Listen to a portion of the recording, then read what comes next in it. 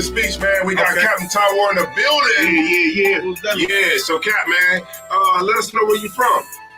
Yeah, I appreciate y'all having me, man, on the speech, man. I'll break it down right quick, Don't forget it. One West in my brain, one West in my heart, one West when I finish, one West when I start. Big shine, big glow.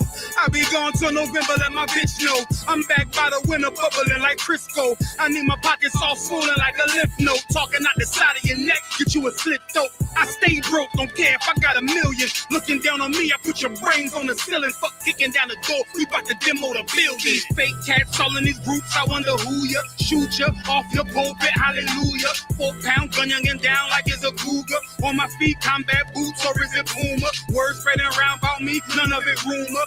All truth, very big facts. Very large caliber on very small gaps. Compact pistols, ladders, and all that. About to throw the switch in the Nina for rapid fire. Got the 5.7 equipped with the magnifier.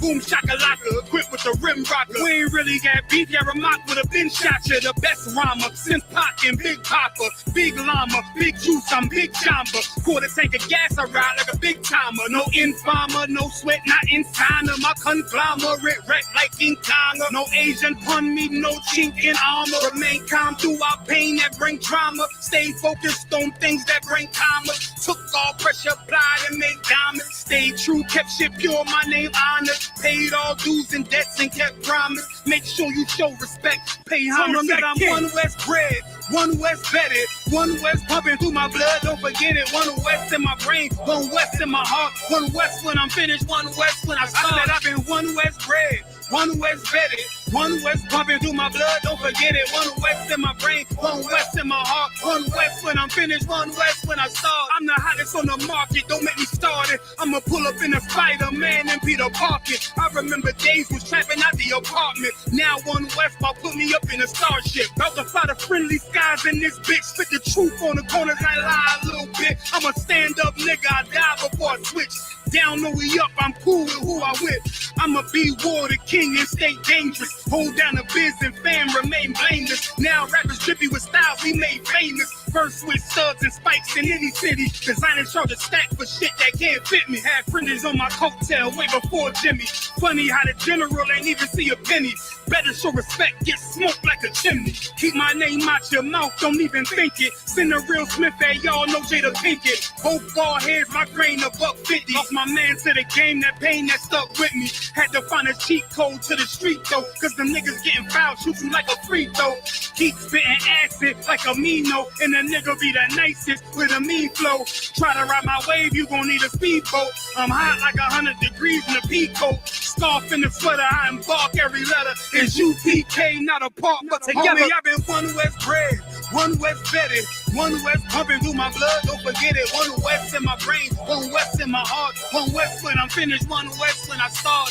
One West bred, One West vetted, One West pumping through my blood, don't forget it. One West in my brain, One West in my heart. One West when I'm finished, One West.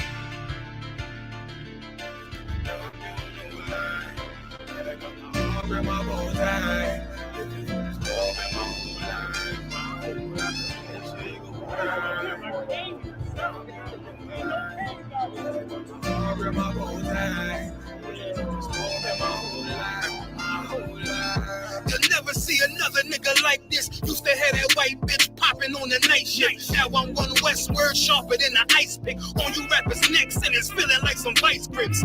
Yeah, that's light shit. Send my bro a kite quick. Ties of war, we ain't forget about you. Keep your light lit. Rappers can't see. Most of them scared to witness. Go on, close your eyes. There's one right here for the trenches. Bad bitches, natural hair or extensions. Hood niggas that'll probably grip like some dentures. Runners on them fences. 23 and 1 out. Praying that that commissary hit before it run out. Bitches on the gram, dog filter with their tongue out. Couldn't stay home because they found the dugout. Closed casket, burner in the low jacket. My cold cabinet, riding on these whole rappers. My hoes fabulous. Now I don't mean that derogatory, but I'm a player and there's no my women riding for me. I avoided Maury. I got 2 jits. If I can't make it do for them, then I'm useless. Sit down that roof, Chris, with a couple bosses. After the war, just to count our losses. It's not many. You see a smile on my face, but I'm not friendly. Gun on my waist, sipping white Henny. I just hope this shit go right. Living in the dark, you don't know light. Gotta got my heart with my bow tie. Waiting on the storm in my whole life. I just hope this shit go right. Living in the dark, you don't know light. Gotta got my heart with my bow tie. Living in the storm in my whole life. My whole life. It's so melodic. When I be dropping this ebonics, this ghetto phonics, it got me on the level supersonic. My bomb atomic, and you know where you can find me. Somewhere probably folding this paper origami. My name is pure as the Dasani, my wave is like a tsunami. I went from 0 to 100, feeling like Ricky Bobby. I made a deal with the Reaper. Got a couple wives, they some keepers. Talk a lot of shit, but you can't walk a mile in my sneakers. Bitches go to Miami, come home with change features. Now she got a BBL, her ass fatter. Trying to show up all them niggas that laughed at her. Now when they see her, they only wanna fuck her. They just wanna touch her. They don't wanna cuff her. They just wanna come and kick it with her like a punter. Turned her to a runner, now it's all aboard the train. Fenty on her face, but it's not concealing the pain. It's a shame. So I'm in the hood like some rap snacks. I know niggas kill you and your mama for a scat pack. Dark tint, matte black, they do it for half that. Had you like 90s Missy in a fucking trash bag. I'm from Philly, we don't do bank accounts, just cash app. I spit a verse and I just watch the time slow. This that guy flow, this that shit that rappers die for. This that uncut Tahoe Wall straight from Pablo Escobar. I be at the bar like Moscato. They think it's effort, but no, this that block work. Make the countermeasures, take pleasures, making an op hurt. Light is in the sky, cause every verse is a concert. My mind work at speed y'all can't fathom. Listen to the words of a champion. You can. The streets need another anthem. I just hope this shit go right. Living in the dark, you don't know light. Gotta got my heart with my bow tie. Waiting on the storm in my whole life. I just hope this shit go right. Living in the dark, you don't know life. Gotta got my heart with my bow tie. Living in the storm in my whole life. My whole life.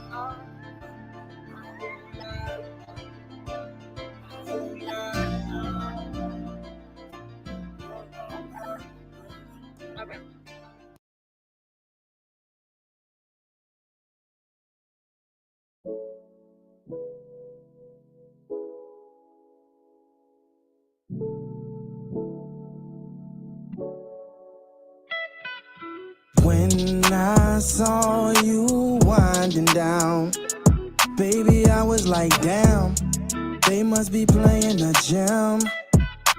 Then I saw how you was moving it. I had the tab bro like fam. Shawty, that must be a scam. And then I saw what you was drinking on. Steady throwing to the early morning time. Sipping on Douce. She know she bad and she groovy. Then we locked eyes and I came over. Shawty so bad, got me off the sofa. I was glam body like a Coca-Cola. I asked her what's your name, she told me it was Rosa. Brown eyed skin looking like mocha. And she crazy fin, probably do yoga. But I can tell what Shawty been through. So what I gotta say is, when you see me, you ain't never gonna see another nigga the exact same way. A nigga greater than other niggas, the way they play. I know you been hurt, I've been hurt too.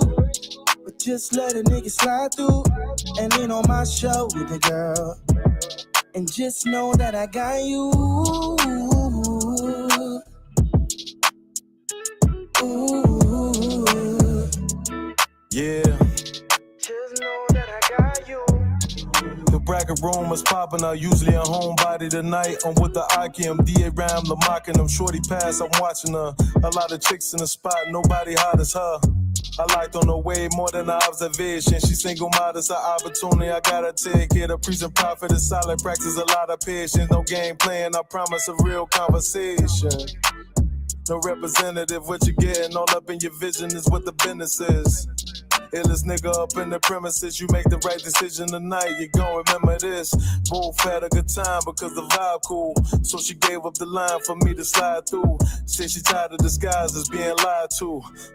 Well, don't sweat it, baby, I got you. See me, you ain't never gon' see another nigga the exact same way. A nigga greater than other niggas, the way they play. I know you been hurt, I've been hurt too. But just let a nigga slide through and lean on my shoulder, girl. And just know that I got you. Ooh. Just know that I got you.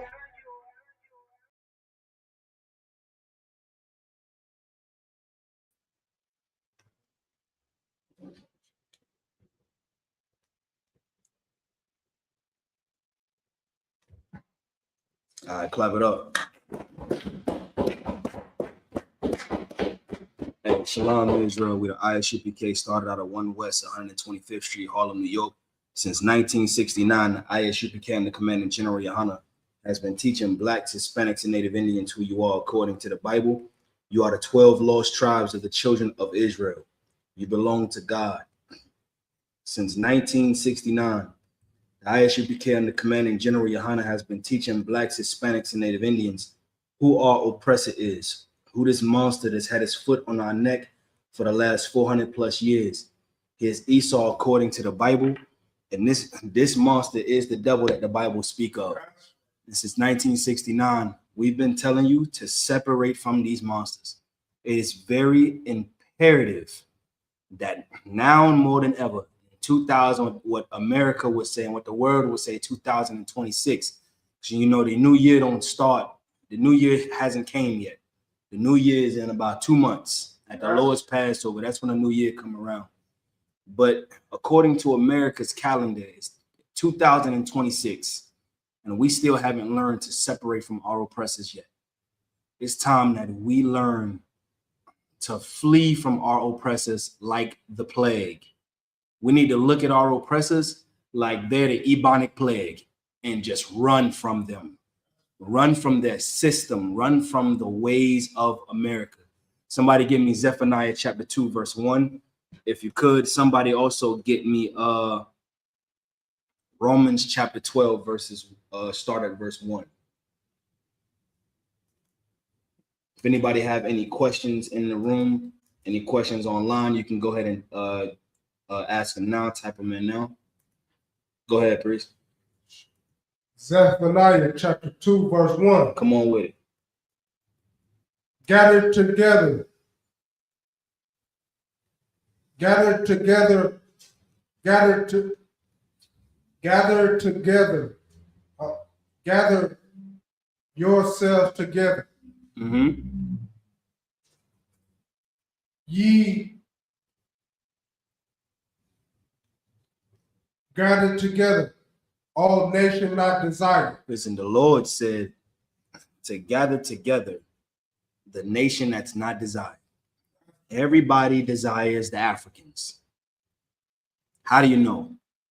The world's biggest streamers recently went to Africa. You had Asho Speed did a tour in Africa, went damn near every country in Africa and made it like it was his home. You had Kai Sanat talking about he want to go to Africa. He'd been to Africa. He'd been to his land. His place is Jamaica. That's where his ancestors come from, his foreparents. He's from the tribe of Benjamin. But everybody loved the Africans, even the Pan-Africans right now. They love the so-called Africans, even so-called African Americans.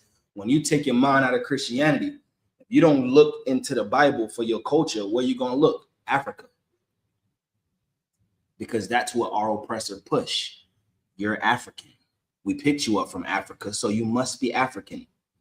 Everybody love Africa. Everybody love our oppressor. Everybody love the Chinese. You want to go to you always want to go and get your to your new China walks. You always want to go get your fried rice. And here's this what blows my mind all the time. You go to Chinese restaurants to get fried chicken. Why? Blacks, Hispanics, and Native Indians make the best fried chicken on the earth. Why are you going to Moab to get what you make that's better than Moab? That blows my mind. And that just lets you know how far we've assimilated ourselves into America and why it's so important for us to flee America. The ways of America we have to get away from. It's time for us to reject America. This is the only way we'll survive. This is the only way as a people. This is the only way we'll survive as a nation, is if we look at America like their COVID. If we look at when somebody cough, I'm at my slave. I just got transferred to a different building. Had to get retrained and everything inside the same company. Retrain. A dude is coughing. He's coughing 40 yards away. You can hear him around where I'm at. The person that's training me is looking 40 yards away, covering his nose, like he can catch what the dude is coughing 40 yards away. If we don't look at America like that, we're doomed. We have to see our oppressor, and we have to, you know what this person that he's a Hamite. You know what he did? He stereotyped the person that was coughing. We have to learn to stereotype America. Everybody that's not Black, Hispanic, or Native Indian, we have to learn to stereotype them. We've been taught to stereotype our own people. In order to survive, we have to learn to stereotype everybody else. This is the key to survival. We have to detach from the world. The scriptures say, gather yourselves together, O nation not desired. This is why I love the Bible. The Bible is the key to survival. Christ said, I would that you would have life and life more abundantly. All we've known in America is what? Death. That's it. Every city, I don't care if it's a major city or a small city, all we've known in America is death. The only way we'll know life is if we detach. Got something, Priest? Come on. I want to add on what you're saying, death and hardship. Give him a hand. Absolutely correct. Absolutely correct. That's why the scriptures say, I know thy poverty. He's talking to the real Jews. He said, I know your poverty and your tribulation. All we know is pain. All we know is death. All we know is pain and hardship. We have to learn. It's almost like it's due for us to know life. The only way that we can know life is if we detach ourselves from America. That's the only way we can know life. Otherwise, we'll continue to know death, which is the title of this class.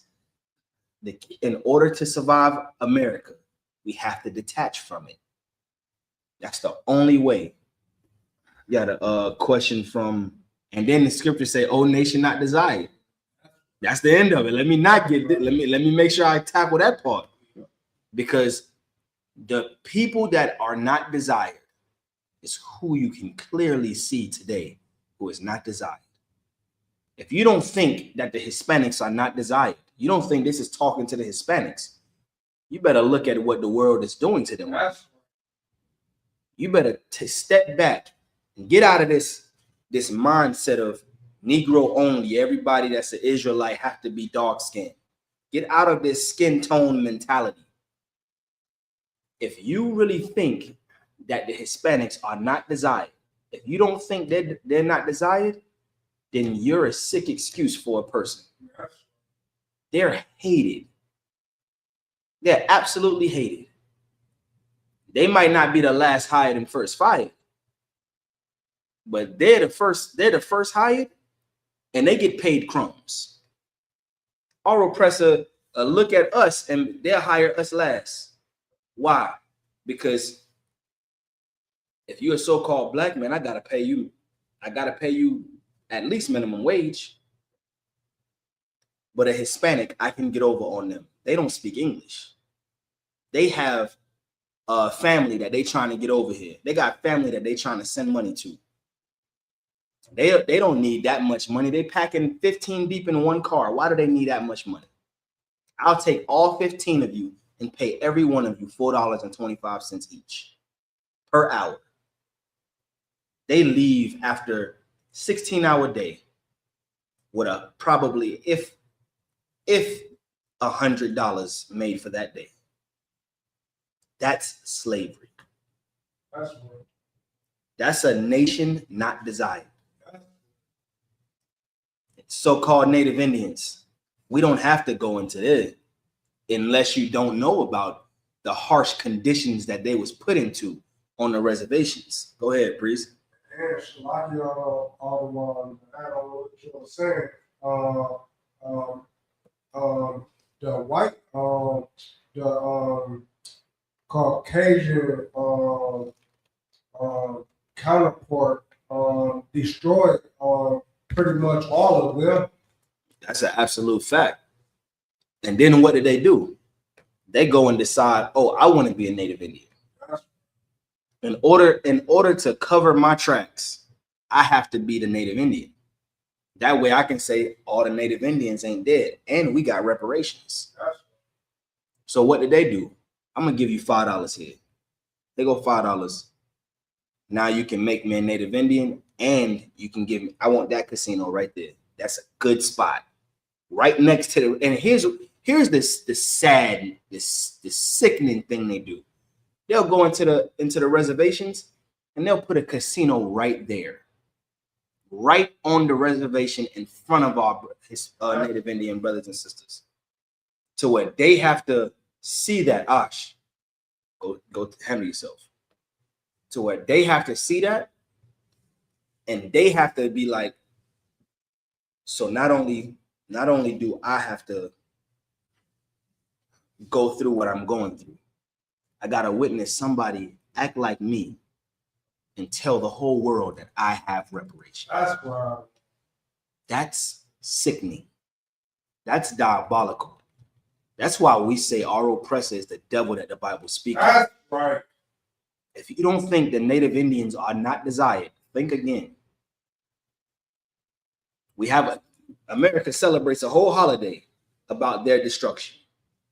It's a whole holiday. Then they tell you, oh, it's a day for you to come together with your family.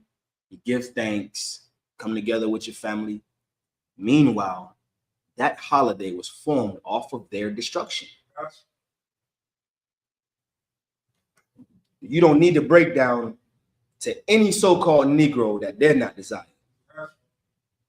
The proof is in the pudding. So the common denominator is what? Blacks, Hispanics, and Native Indians. If we're the only ones being treated like this on the earth, we must be family. There must be something they know we don't know. Maybe if they keep us divided and keep playing us against each other, we'll never come together and they'll rule the world forever. Maybe this is what they know. Or maybe they think that they can't stop us from coming together. See, I choose to believe the first. Maybe they think it don't matter if we come together or not. See, I choose to believe that if they stop us from coming together, then what they know is that we'll be the most powerful nation on the face of the earth because we're absolutely one family. If you haven't, listen, Officer 50 IR, give him a hand. This brother is working a series right now about how the northern 10 tribes are Israelites. And he's starting, of course, he's starting with the Aztecs and the Mayans. That rabbit hole runs deep. And that brother's taking his time to get down to the gritty of it, to show exactly that we are family. This brother pulled something out of the hat. He was like, yeah, we was over here. We was over here. Yeah, when we was right there, we was speaking broken Hebrew. Showing me what the priest was wearing from the Aztecs and the Mayans. Showing me exactly what they was wearing. I'm sitting here like, being a priest of God in the UPK, I already know that they're Israelites. But to see it with your eyes, it hit different. The problem with us is we haven't learned to become family. We haven't learned to love each other. Go ahead. Sure, but ISUPK don't have to be family. The brothers outside of the truth don't know we are family, but they will know that we are family. But Israelites know we are family. Give him a hand. He's absolutely correct. This is why when you come to our Passover, which is April 4th, this year in Houston, Texas, where everything is bigger, is what they say in Texas. If you're not there, the 57th annual Passover, here's what you'll see. You'll see blacks, Hispanics, and Native Indians in one building. That's right. You won't see no arguments. You won't see no fights. You'll see me go up to Yashikar and say, Shalom, priest Shabrakatah, let me put some liquor in your cup. Let's sit down and talk for it. How you been? You'll see Yashikar talk to me like we're absolute brothers catching up, because that's exactly what we are. You'll see us meeting up with Karyash and with Madara, and we'll be kicking it with them, just catching up. Go ahead. Karyash is the Gadite. Give him a hand. Absolutely correct. Madara is the Gadite as well. That's right. What you'll see is you'll see blacks, Hispanics, and Native Indians in the highest form that you will ever see blacks, Hispanics, and Native Indians in America. You'll see us living in our culture perfectly. And then, but before we get there, you'll hear that announcement from General Muhammad. If you come to the Passover with smoke, I'm paraphrasing it. He gonna do it. He do it every year. I'm gonna just preface it. If you come to Passover with smoke, prepare yourself to be thrown out of the Passover. That's right. And prepare yourself to never attend another Passover. That's right. With the ISUPK and the Commanding General Yohanan. Because the Passover is not about us individually. The Passover is not about us at all. It's about what one man did and what he's going to come back and do again to free us from this hellhole.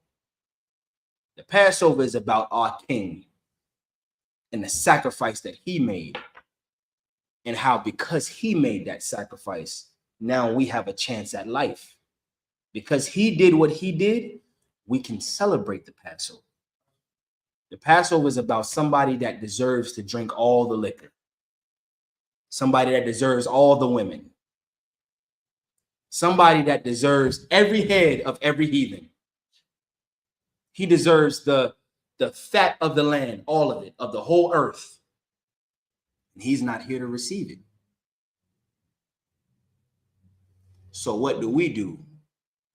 We love on each other in honor of him, because he wants to love on us. But because he can't, physically, we have to be the extension of one to another. That's how the truth grows. Somebody outside the truth come to the Passover. They see hardcore masculine men and absolutely feminine women having love one to another, not hating it. Man with multiple wives, a man without a wife, a man with one wife, Everybody loving each other with no problems. That's what Christ wants to see. When someone comes in from the world and they see that, first thing they say is the truth lies here. That's a place where they want to be at. So like in regards, I'm seeing your questions. None of those have any correlation with the scriptures. None of those have any correlations with the scriptures.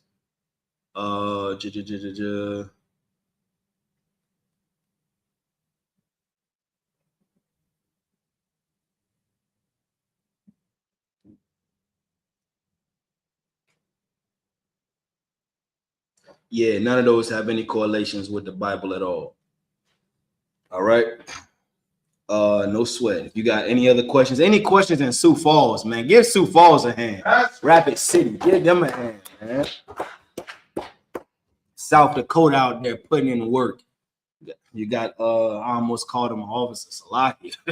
You got Trooper Regards out there doing a hell of a great work out there with his family. You understand?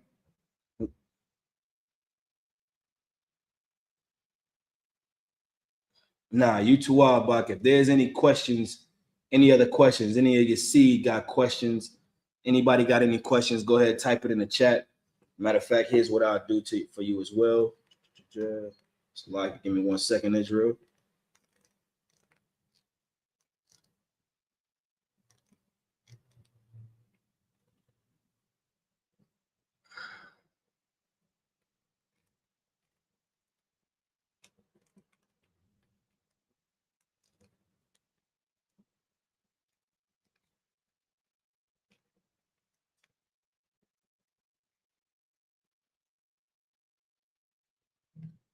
All right, regards. You can check your email, warrior. All right, let's get Romans chapter 12.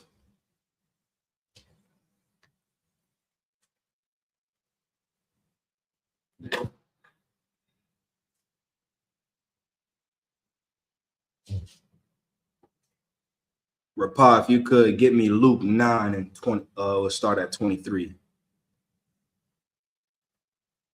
Come on with it. Romans chapter 12, verse 1. Come on.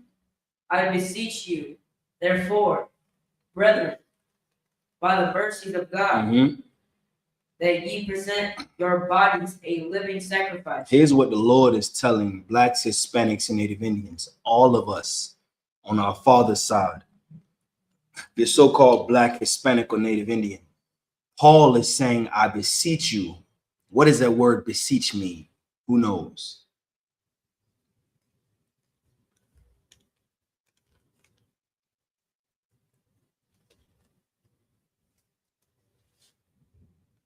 Who knows what that word beseech means? Come on. Shalakia, I think it means so much is bad, but not bad. You close. You very close. Let's look it up. Let's get the definition. Sorry, sir.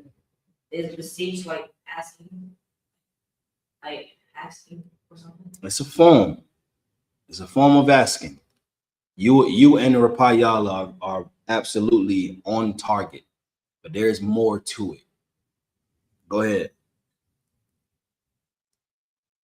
Beseech means to earnestly and to treat, explore, or beg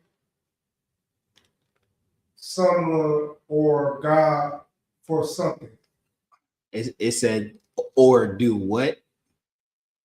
Or beg someone or God for something. But often with urgency. Beseech means to beg someone with urgency. This is what Paul is writing. Here we go. We got Sioux Falls in the building. Give them a hand. I see you, warriors. Shalom, sis. I see you as well. Y'all have any questions out there, just raise your hand, all right? Also, if you want to chime in, you can go ahead. You can chime in as well. Just raise your hand and I'll get to you. Deep feeling. Come on with it. Or strong apparel rather than mere requests. Listen, Paul is urgently begging. It's not a mere request. He's urgently begging Blacks, Hispanics, and Native Indians by the mercies of God to present your bodies. I'm jumping ahead to like, I know. To present your bodies a living sacrifice. Why does Paul have to beg us to present our bodies a living sacrifice? Go ahead. Hey, South Dakota, Rapid City. I want to see y'all jumping in with these answers too. All right. Y'all don't have no questions out there. I got questions for y'all. All right. Come on with it. What is why did Paul? Why did Paul have to beg us, Blacks, Hispanics, and Native Indians, to present our bodies a living sacrifice to God? Because we are hard-headed people. Give him a hand. Because we've always been known to the Lord as a stubborn and stiff-necked people. This is why here in 2026, you still have priests and prophets of God urgently begging Blacks, Hispanics, and Native Indians to do what? Every camp, what do we go out there and say? Turn your life over to the Most High. Give them a hand. Separate from America and turn your eyes back to God. We tell you the deceit of every Christian pastor. We tell you that Christianity has deceived you into believing that they have the truth. We tell you the lies and show you how they're lying. We show you how they tell you, and you agree with us. Here's the crazy thing. You agree with us. You say, yeah, my pastor said the laws is done away with. Why the hell you paying tithes? That's a law. Do we not do this, Rapal? Week in and week out. But for some reason, we've been trained to go right back into that Christian church. We've been trained to go back there. We should look at the Christian church like monkeypox. That's how we should view the Christian church. Like they're monkeypox. Don't look at them like they have it. Look at them like the whole Christian church organization. Like everything from the Baptist to the Methodist to Episcopalian, Pentecostal, Apostolic, Catholics, all of them. Evangel, all of them. Look at all of them like they have never-ending, never healing monkeypox. Look at them like you look at someone with AIDS. If you know somebody get regards, you got something?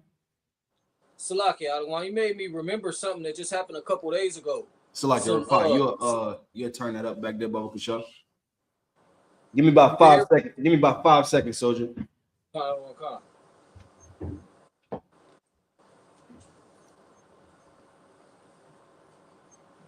On the main speaker. Come on with it, regards.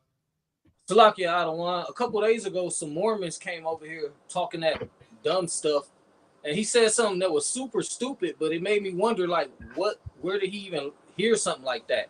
Basically, he tried to tell me that leprosy make your skin black. What would make them think something dumb like that if all through the Bible, leprosy is regarded as making you white as snow? Hey, listen, didn't we go over this in class too? Con. Hey, Salaki, give me 1 second, soldier. I got you. Give me 1 second. Con.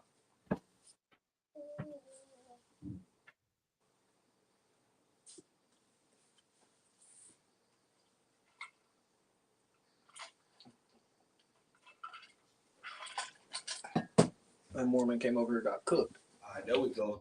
All right, now we're in business. And here's the problem with the Mormons. They want. I remember talking to someone that was a Mormon, tried to hand me a book, a little pamphlet, and they looked at me and they was like, "We found the lost 10 tribes." Mind you, I'm just now finding out I'm an Israelite. I'm just now finding out who the 12 tribes are. And so my mind, I'm geeked up. Like soon as, and it was like, I felt like, now mind you, I'm out of season. This is before I came into the truth. I'm over there, I'm ready to put a sword to anybody that comes to me with a false doctrine. This devil said, we found him and his partner, we found the lost 10 tribes. I was like, oh yeah? What they at? Who the 10 tribes? He's like, you got some in Africa, some in Germany. You got some, I think he said Ireland and stuff. Like nothing but devils. And I was like, So that all of the tribes of Israel are white? And he was like, yeah. I said, you believe the Bible? He was like, of course. I said, you ever read Jeremiah 14 too? Man. I mean, I'm going to the basics because that's all I knew at the time as far as like where to go to cut, like as far as where to go to actually cut them. Mind you, I knew the Bible, but as far as the breakdowns, I had to learn the breakdowns from One West. That's the only at One West is the only place you'll get the absolute truth. So I had it in part. So what I had is I remember cutting these devils to piss. Then a dude that ended up joining IUIC. Before he joined IUIC, at the time he had joined IUIC. He came over trying to get me to join. I was like, nah, I heard about you, purple. I was like, I heard about you, purple motherfuckers. I'm good. He was like, I think he was about 7 or 8 years old. I was like, maybe younger. I was like, man, yeah. He was like, who you study with? You know how they talk. Who you study with? I was like, man, listen, I'm not with you. That's all you need to know. I don't study with you. And then he told me, he was like, yeah, we started IUIC Kentucky. Mind you, he done left IUIC. He done left IUIC. And it would behoove everyone in IUIC, if you have a conscience, if you love God, look at IUIC how you look at Christianity. If you are in any fake Israelite, look at those groups. What is it? GMS, Sakari 2.0. And the fact that you got to say a Sakari 2.0 is diabolical. Genesis, hell, they starting new Wi-Fi. They starting new groups like Christians start church. A Christian wake up in the morning. This is how you know the Lord isn't with these people. A Christian will wake up in the morning and be like, I think the Lord is with me. I'm gonna go start a church. Yeah, because those 5 people, everything that I say, they think is deep. So that's gonna be my congregation. That's what we're gonna start. And they go talk to those 5 people, and they be like, listen, I'm gonna start a church. I'm gonna be the pastor. Y'all gonna be my deacon boy. After a while, we're gonna grow. But we gotta start in this little small house right here. We're gonna start in my living room, and then we're gonna grow. This is how fake Israelites start. Same way. It's not no. When you come in here, this is why I can't wait for Regards and Yah War to get here. They're troopers now. But soon as they touch down in Milwaukee, or if we see them at the Passover first, soon as they touch down in front of priests of God, oil is going on their head. Because that's the way you get raised up according to the Bible. That's how the Lord do things. The scriptures say what? Moses poured oil on Aaron's beard, on Aaron's head, Salakia, and it ran down his beard. That's a lot of oil. That's a lot of oil. Christianity, they don't need oil. They need a dream.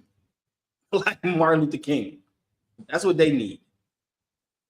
This is why we have to start fleeing everything of America. And Christianity is absolutely of America. We have to flee it all because that's the only way we'll survive. Read.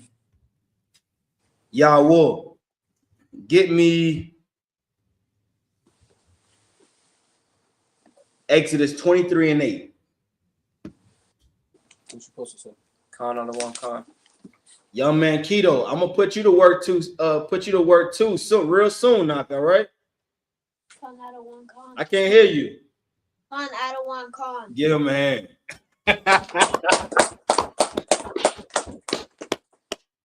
You understand? The scriptures say, train up a child in the way he should go. And when he's older, he will not depart. This is why the work that Regards is doing is so absolutely important. He has a village out there. And he's spreading the truth in South Dakota, letting nothing stand in his way, giving the orders that was given to him. You understand? And starting right there inside his home, it's a honorable thing to see little kids sit. You know, kids love to sit around Christ. They love to sit around Christ when Christ was teaching the truth. What did Christ always have to tell people? Suffer not the little children. Don't tell them not to come to me. Because one day you're going to be gone. And then who has to uphold this? It's them. The next kingdom that's going to happen on this planet Earth, we're doing this for them. I'm not doing this for me. I'm doing this for him and his sisters. That's how we get out of here. When we don't be so goddamn selfish.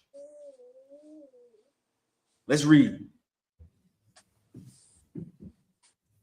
Holy. Start at verse 2. Verse 2. Read what you just read. Holy. What? Holy. Come on. Acceptable unto God. Come on. Which is your reasonable service. Mind you, Paul is begging Israel.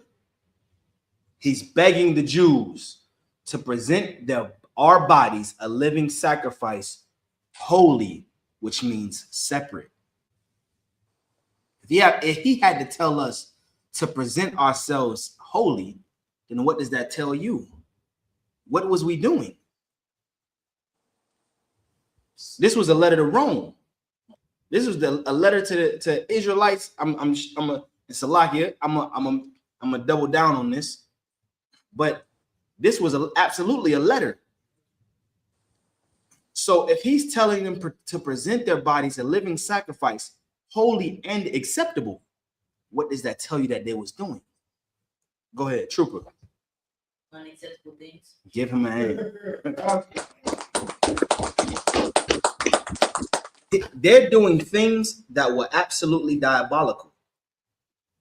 Which is why I believe it was John. He wrote those letters, either John or Paul, one of the two. No, it was Paul. To the angel of the church of Laodicea, write these things.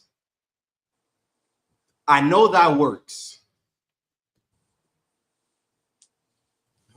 Then he started talking, all bigging him up. And then out of nowhere, he switched and said, nevertheless, thou art lukewarm. This is what Paul did to Israel. This is what priests, prophets do to the Lord's chosen people. You tell them what they don't want to hear. Why? Because the truth is uncomfortable, but it's necessary. It's necessary to survival. It's absolutely necessary. It's the key to life. Paul said, I beseech you, I'm urgently begging you to present your bodies a living sacrifice, holy and acceptable. I seen how you be living out there. I heard the different things, but I'm begging you to now, from this day forward, present your bodies a living sacrifice, holy and acceptable unto God, which is what? Your reasonable service. It's the least you can do. You was an absolute piece of shit, Salakia for the children. You was a piece of garbage. You was trash. So the least you can do is give God what you owe him. The least you can do is present yourself to God a living sacrifice, holy and acceptable. The Lord don't want no tainted sacrifice.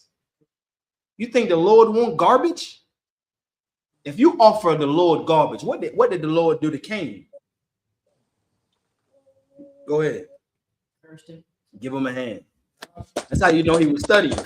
That's how you know he was studying. Y'all, I'm gonna be quizzing you out. Make sure you're studying your Bible. Understand? Regards you too.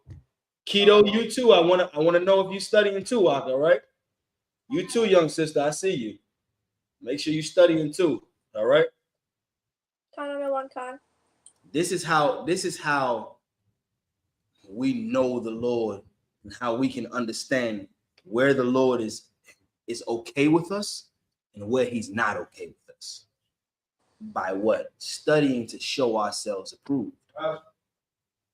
Cain was cursed because he offered a piece of garbage sacrifice. And then what did he do? What did he do? What did Cain do after the Lord rejected his sacrifice? He got mad and killed his brother. Give him a hand. Jealousy overtook Cain because Abel offered a sacrifice that the Lord wanted. A lamb without blemish. The Lord don't want no sacrifice that's blemished. He don't want you. And this is what the Lord, mind you, the Lord don't want us to offer burnt offerings of animals unto him anymore. He want you to be the sacrifice. And if he want you to be the sacrifice, you better be perfect. You better be perfect. Because the Lord don't want a sacrifice that you can blame. He wants a sacrifice without blemish. So this is what you have to become. Abel offered this sacrifice, a perfect sacrifice. The Lord accepted it. And because Cain offered a piece of trash, after Abel offered help, just like a brother should. Hey, I got this over here. Look at this lamb. Come get this nigga right here. Stop being a nigga and be my Negro. Get him. The Lord will accept this. This is what Abel knew. The Lord will absolutely accept this. They came. Now I'm good. I'm good. I got it. I got something going on in my head. It's gonna work. And because it didn't work the way he thought it would, the Lord didn't accept his sacrifice. He got envious of his brother and unalived his brother. Go ahead. And Shalaki, I don't want to add on what you were saying. The Lord said that is sacrifice wasn't accepted, but he said if you go on and make a sacrifice that is acceptable, I'm gonna give it to you.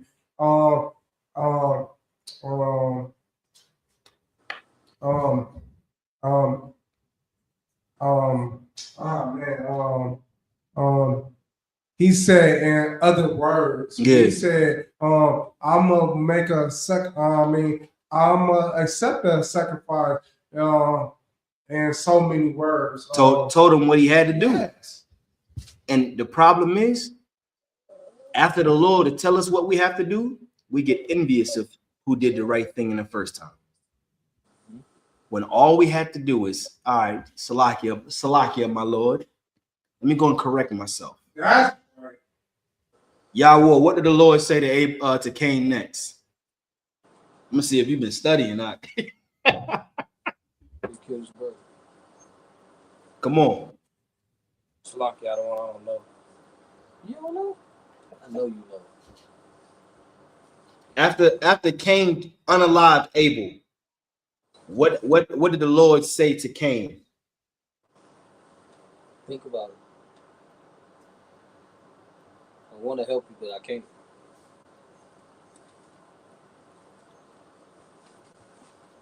Think about what happened. Cain killed his brother, then something happened. Somebody said there's a conversation.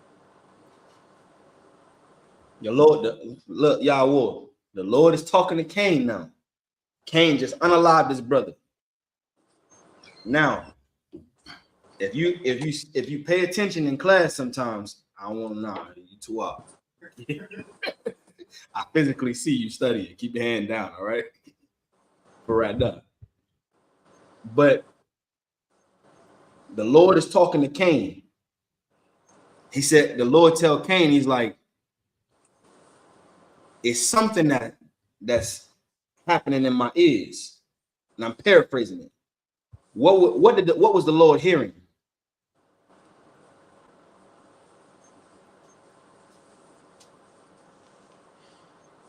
Think about it, man. I know you know. Say it again.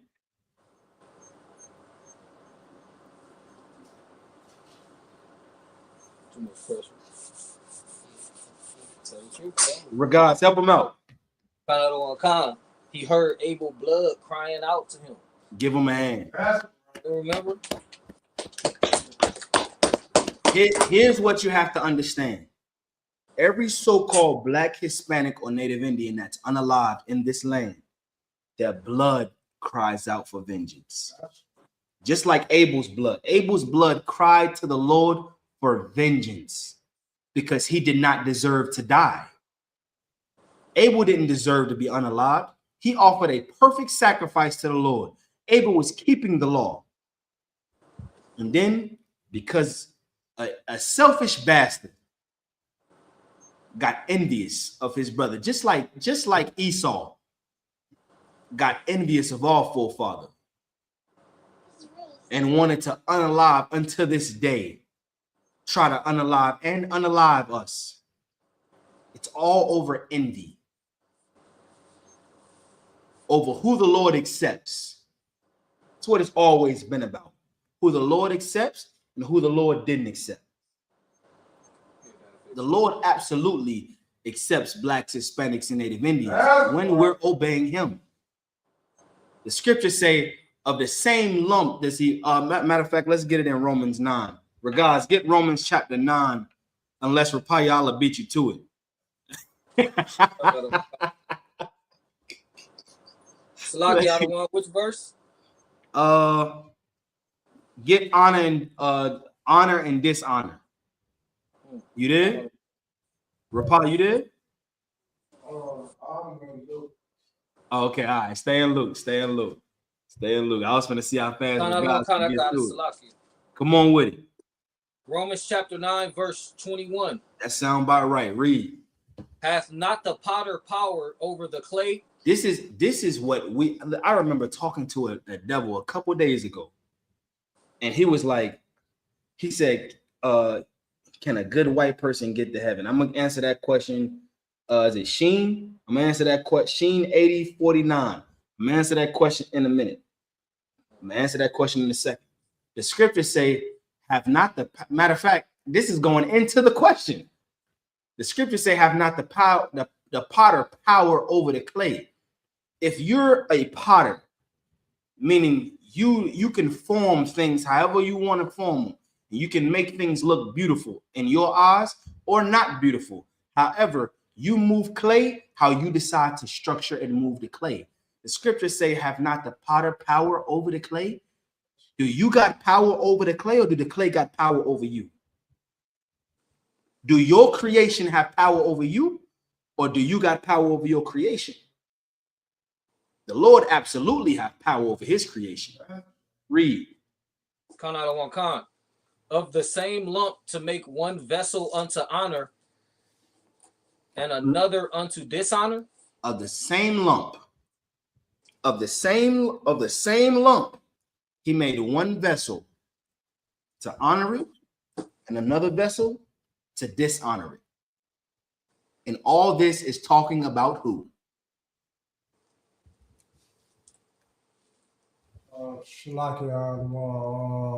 The Israelites and Esau. Give them a hand.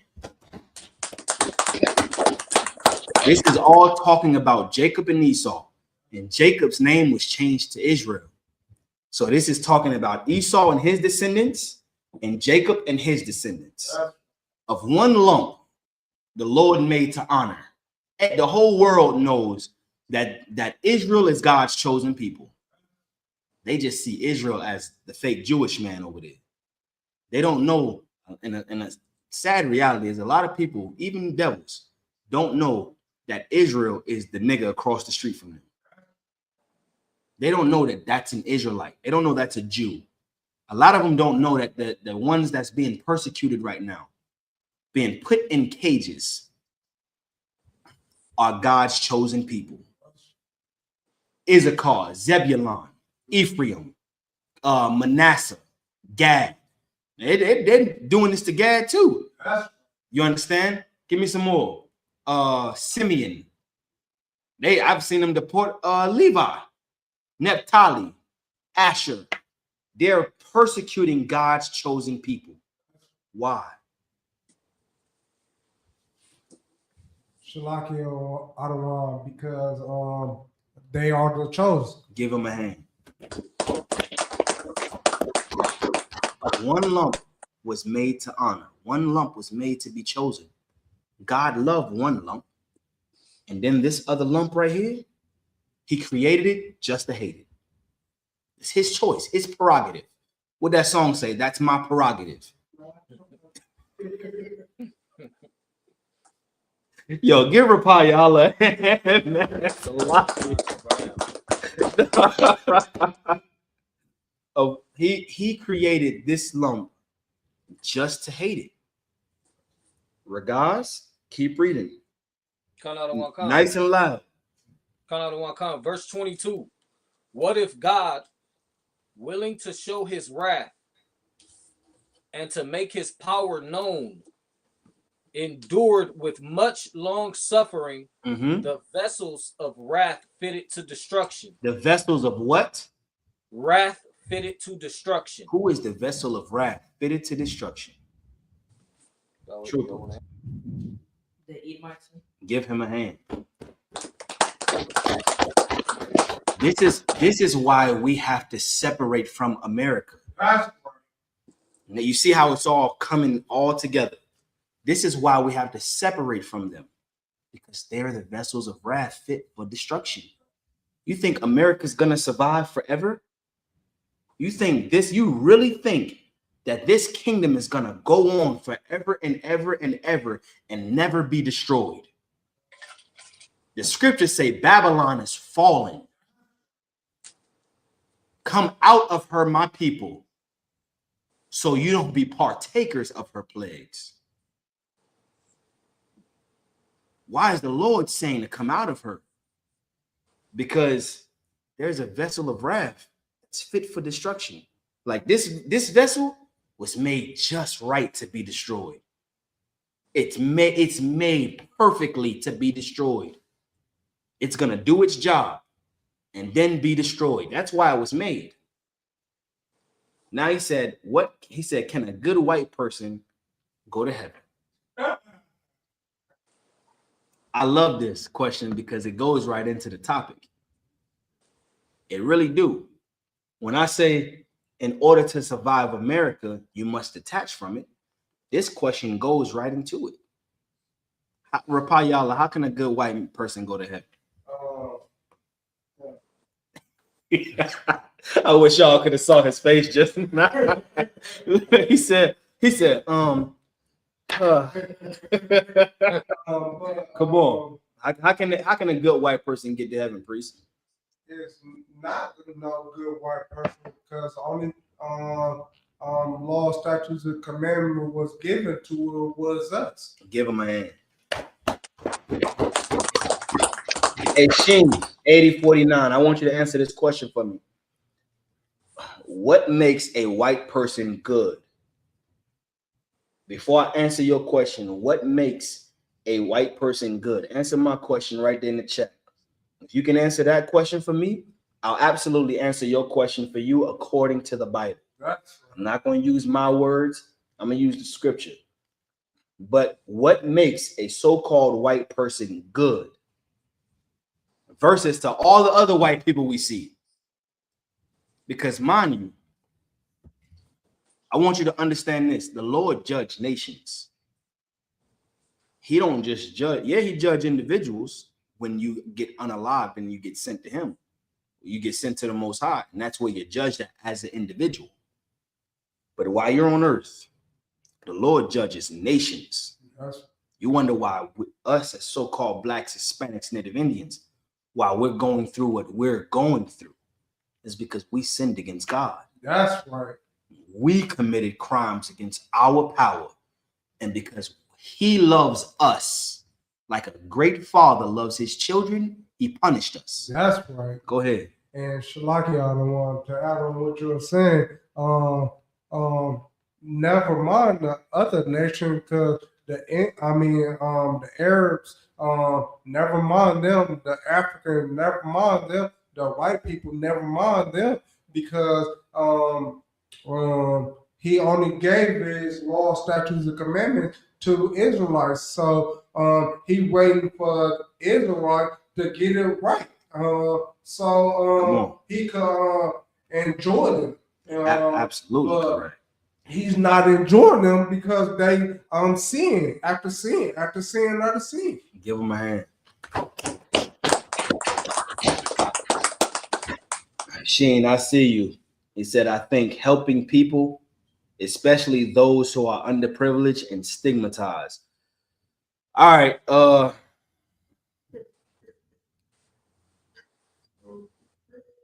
Now we have to have a dialogue. Because what is helping people? Because here's and I'm gonna give you the answer. You have my word as a priest and prophet of God. I'll give you the answer to your question. A lot of our oppressors think helping people is teaching them math, teaching them how to be a good standing citizen, how to get money, how to get an education. And while that is helping, who taught our oppressors this? Trooper. Israelites. Give him a hand.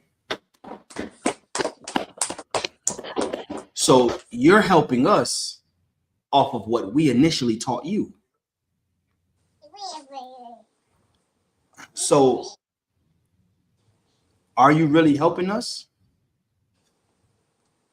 Or can we really help ourselves? Can we really help ourselves? He said, especially those underprivileged and stigmatized. But then, one second, I'm gonna come to you.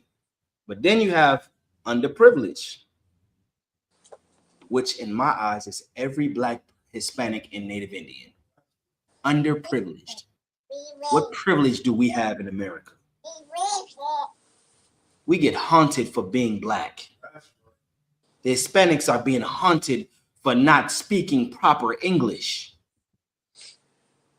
And what are they being told? I don't have to what do they say? I don't have to have a warrant to come in here no more. What is ICE telling them? I don't need a warrant. Your accent is telling me enough. I can do what I want to do to you. You're finna come with me because you have an accent which is reasonable doubt that you're not legal here. Go ahead. Shalaki, never mind the other question, but Shalaki, they don't need no more now, no more. Absolutely. Here's our oppressor. Mind you, they're breaking so many laws. So that goes back to my question. What is a good white person? What does a good white person even look like? Oh, you adopted a few Black people. You adopted a few Hispanics. You took in a Native Indian. You gave them a better life. You got your own kids. Whenever it's time for you to yield to ghosts, you're not passing your inheritance to the Negroes, to the Hispanics and Native Indian that you took in. you're going to give your child that inheritance. So what privilege do they really have? When that Negro, those Hispanics and that Native Indian, their forefathers built the land for you to have this on. So you mean to tell me their forefathers built a land?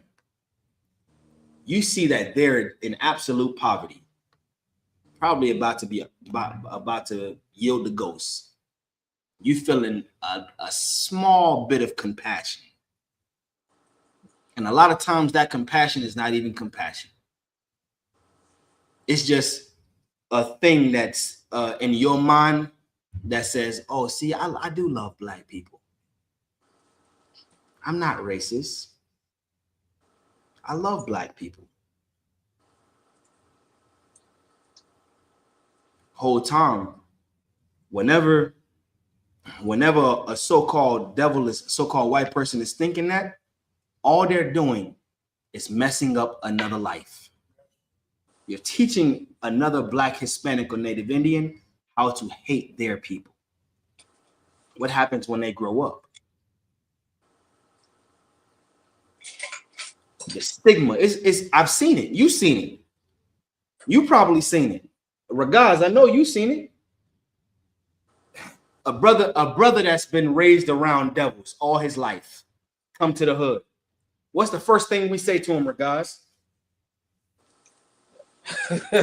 You want me to say that? Hey, come on with it. What's the first thing we say? Like I don't want. We call him a white boy. Give him a hand. You live in a good neighborhood, bruh. I can't say what I want to say. You live in a good neighborhood, boy. You don't know nothing about this. Go over there. That white girl over there, that's who you want. You don't know nothing about this shorty over here with the big butt. Big titties that act ratchet. You don't know how to deal with that. Leave I said I love that. Listen, you don't know how to deal with that. Leave that to us, who was raised in the trenches with her. You was raised with privilege. You 15 and driving a Corvette. What? You don't know what the struggle is. And now because they hear that, and they are our family, they grow up hating themselves. And not just hating themselves, hating us. Who's seen Bel Air? You seen Bel Air? Regards, y'all seen Bel Air out there in South Dakota? Didn't you watch it? So lucky I didn't watch it, but they watched a little bit of it. Listen, y'all what? How was Carlton treating Will when he first got to Bel Air? Slocky, I don't want to treat him like. Is it what I think? Yeah. Yeah, he's saying, Dad, can I say what I want to say? Hey, say it. Let's say, go ahead and say it. Treating him like he's like some thug, like he's some guy from all the way down here from. Come on, your man. Like he didn't belong in there. Like he did not belong. Help from white people is not help. Here's how white people can help us. Just give us all your money. All the land you have, move from it. Because our blood is running underneath that land. We built everything you own. Just cough it all up and leave. Because you're the real illegal immigrant. I said this in the class or a video. I forgot.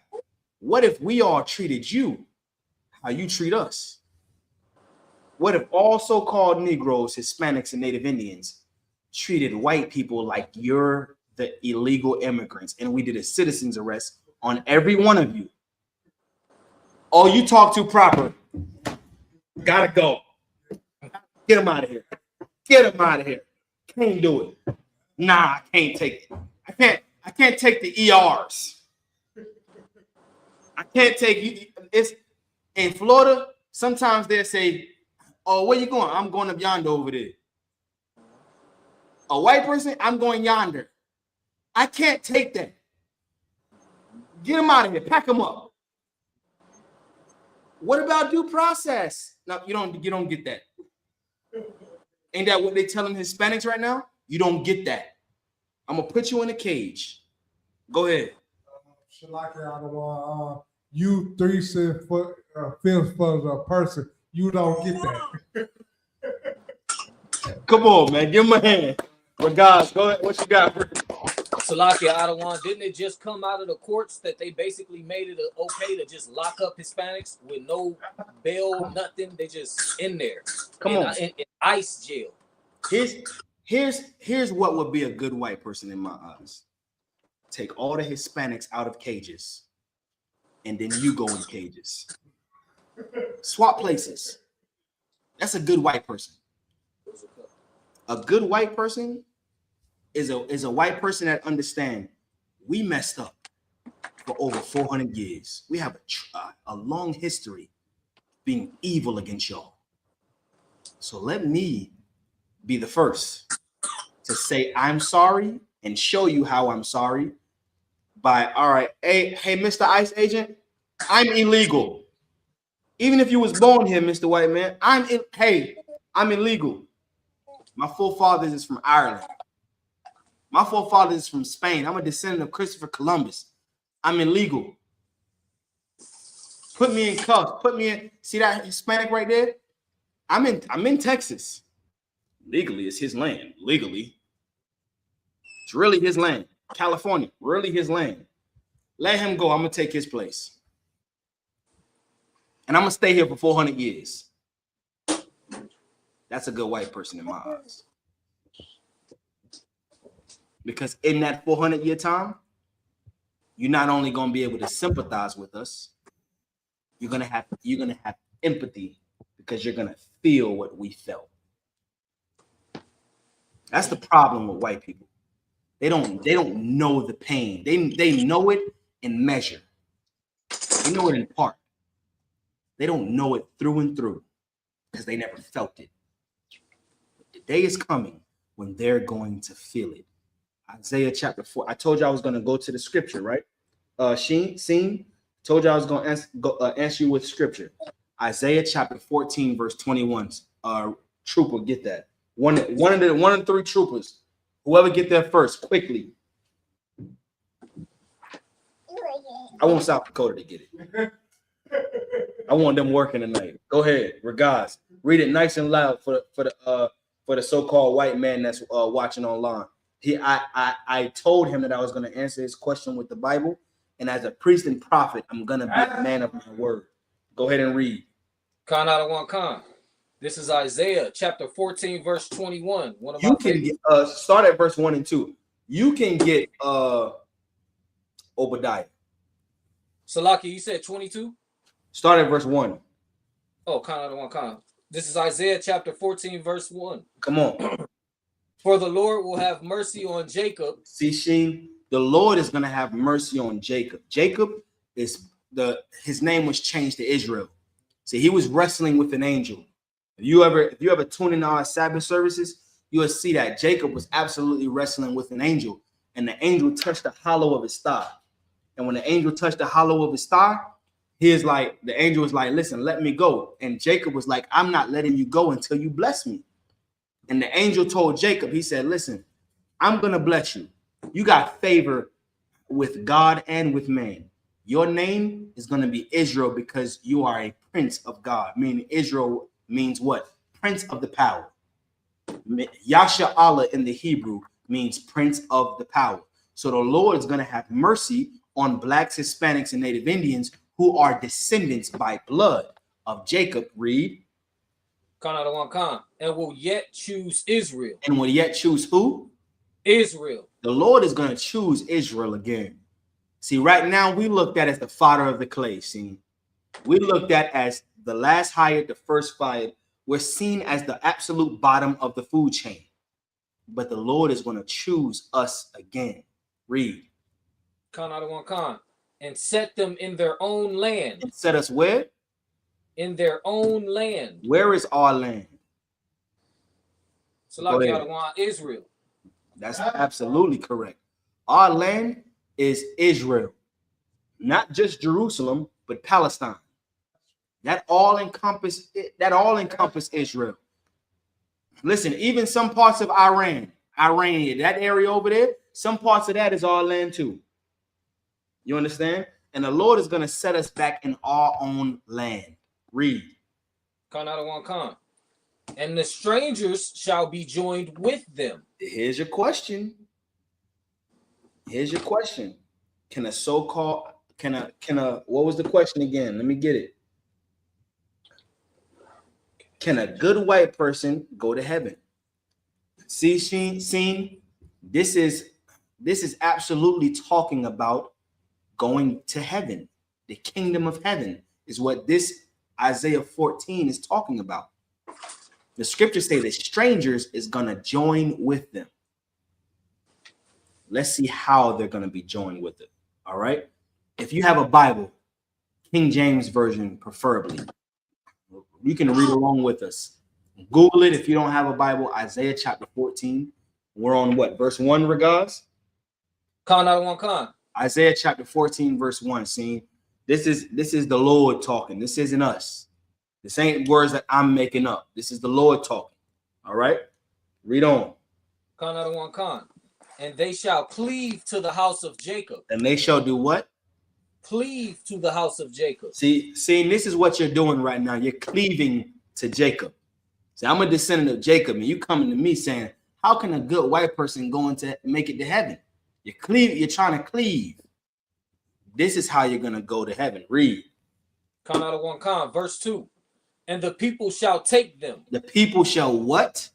Take them. The people are going to take them. This don't sound like you're going to get to heaven in a immaculate thing or where it's going to be all peace and harmony. This sounds like absolute force. The people shall take them. Go ahead. Con out of one con. And bring them to their place. And then we're going to take you and bring you to our place. This isn't going to be something that you willingly want to do. When it get time to meet the fan, when they get down to the nitty gritty, and you see how it all plays out, you're not gonna want to go to heaven. Heaven ain't gonna be how you think it is. Heaven is a place where Blacks, Hispanics, and Native Indians rule. It's a place where we finally get to rule. That's heaven. Right now, as a so-called white person, you're in your heaven. You may not see it as heaven right now, but your people are absolutely ruling the earth. It's your heaven. You get to look up and see beauty in your race. You get to see power in your race. That's heaven. You have a military that backs you. You have a police force that looks at me before they look at you as the criminal. That's heaven. You do the crime, I have to do the time. You're in heaven. But one day, we're going to take you and bring you to our place. Read. Con out of one con. And the house of Israel shall possess them. The house of Israel shall do what? Possess them. Shall do what? Possess them. That sounds like slavery to me, see? That sounds like absolute slavery to me. When you possess something, that means you own it. It's yours. You can do whatever you want to do to it. See, here's the thing. When we came over here on ships, we was possessed. Our oppressors owned us and did absolutely what they wanted to do to us. They strapped us to horses and sent us separate ways. They assaulted us, men and women alike. They took our babies, put us on auction block, so we didn't see our babies ever again. And anytime our slave master came back on a horse with a child, anytime a different so-called oppressor came back with a child, we had to look at that child and wonder if that was our baby. That's absolute slavery.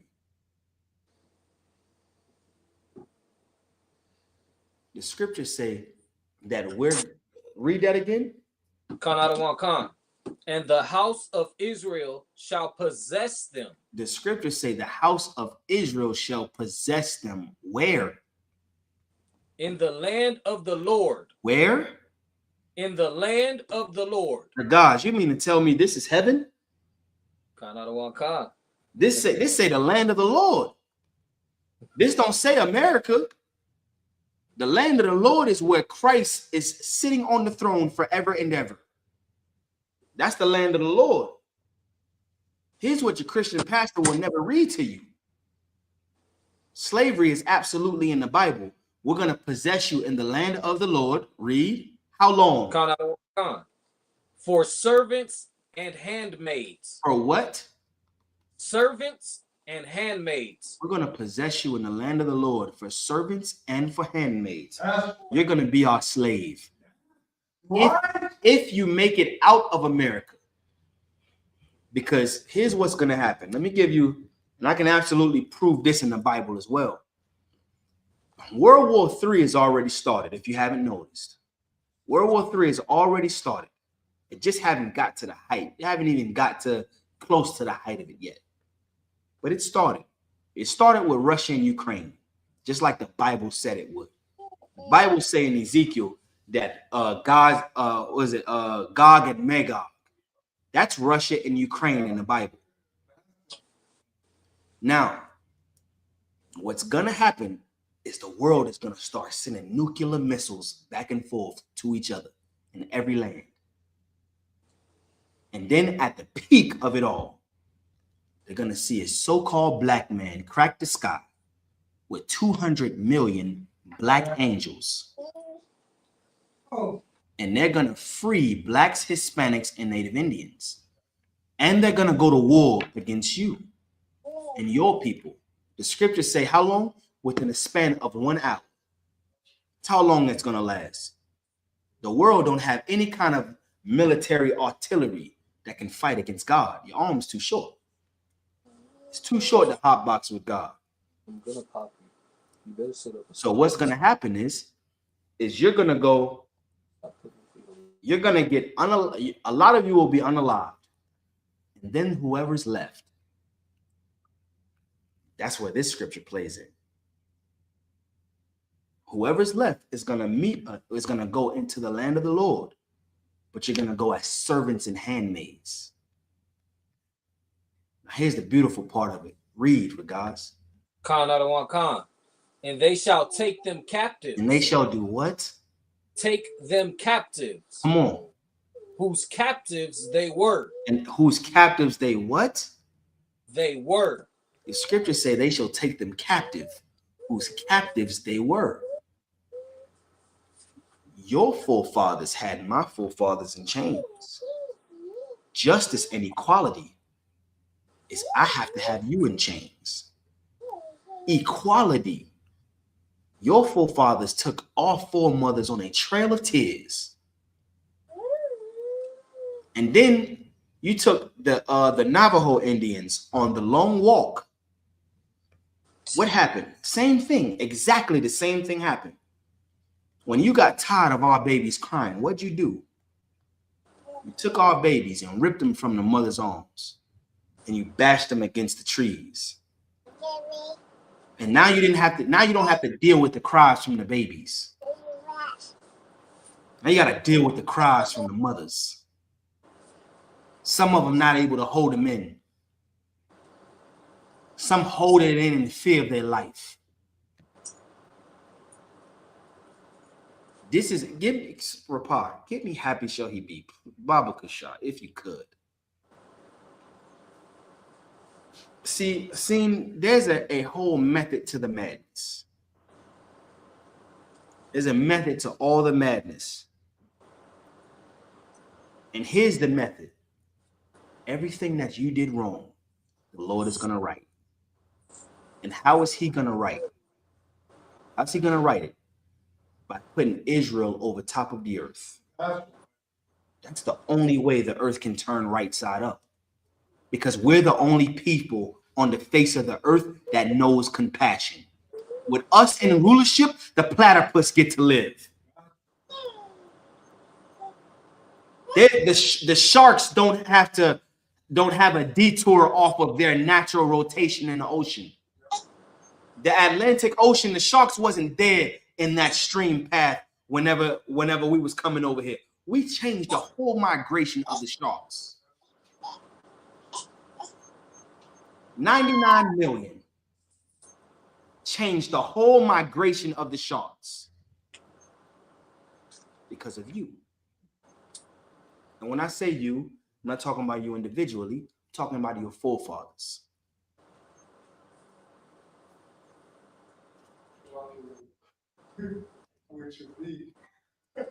Give them a hand. Absolute. Come on. Give them a hand. Give them a hand. Absolutely correct. I don't know if he understood that though. Got a little too deep for him. He don't know that he is his forefather. Go ahead and read.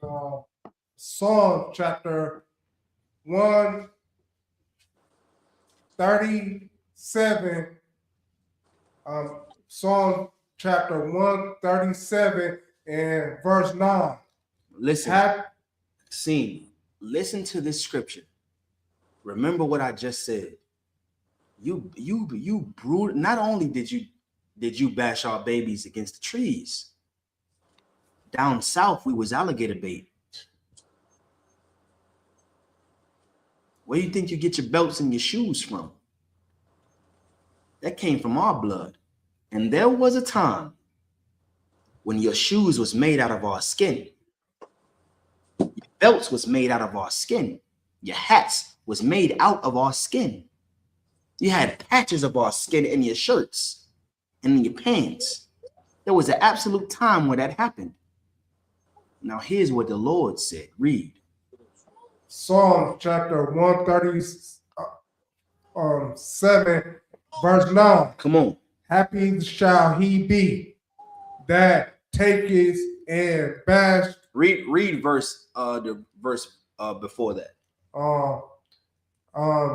Verse 9. O dollars of Babylon, who are to be destroyed. Who is the daughter of Babylon that is talking to? What does Babylon even mean? What does Babylon mean? Come on. Fallings. La.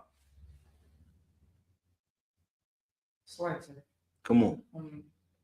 I could be wrong, but give it a guess. Like confusion. Give them a hand. That's exactly what it means. Babylon is confusion. That's what it means. Scriptures say, O daughter of Babylon, who ought to be destroyed. That's right. Who is the place that caused the most confusion on the earth? That's right. America. So that's the daughter of Babylon. Babylon had its time. It ran its course. It failed. The Lord destroyed it. The daughter of Babylon is here. That's right. Right here in America. The scripture calls America spiritual Babylon and Egypt. That's right. Because all manner of evil is welcome right here. All manner. This is the only place where a boy can act like he's a girl and make the whole world call him a girl. This is the place where a girl can act like a boy and the whole world have to call that girl a he. This is the only place where you have to go. You go into your slavery and you see a boy that wants to be called a she at the slavery. If you don't call him a she, you're fired. This is the daughter of Babylon, a place of confusion. You got little kids looking at grown people. Why is he saying that he's a she?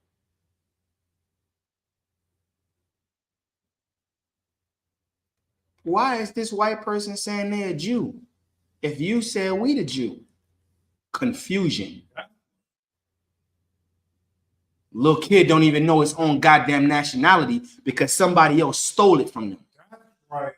And they have the power and the money and the economics to push it around the world. That's right. The whole earth believe they're the Jews because they stole it from this little kid. That's right. Now this little kid's confused.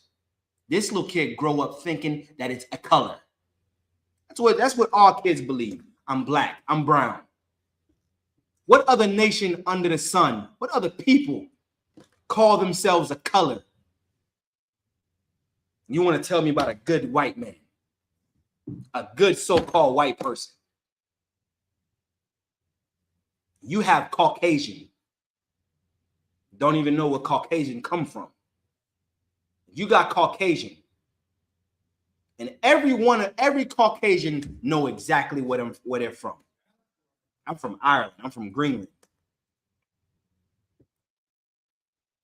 I'm from where they make Fiji water at.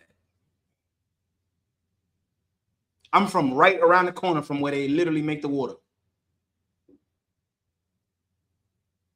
I'm from Scotland. I'm from Scotland. I'm from the UK.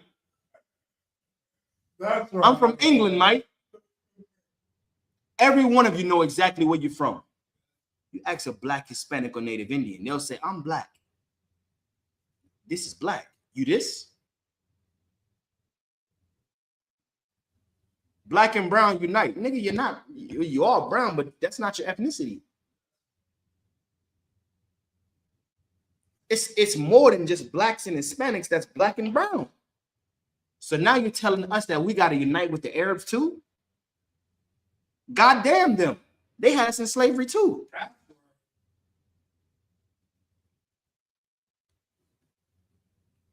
So can white people be saved?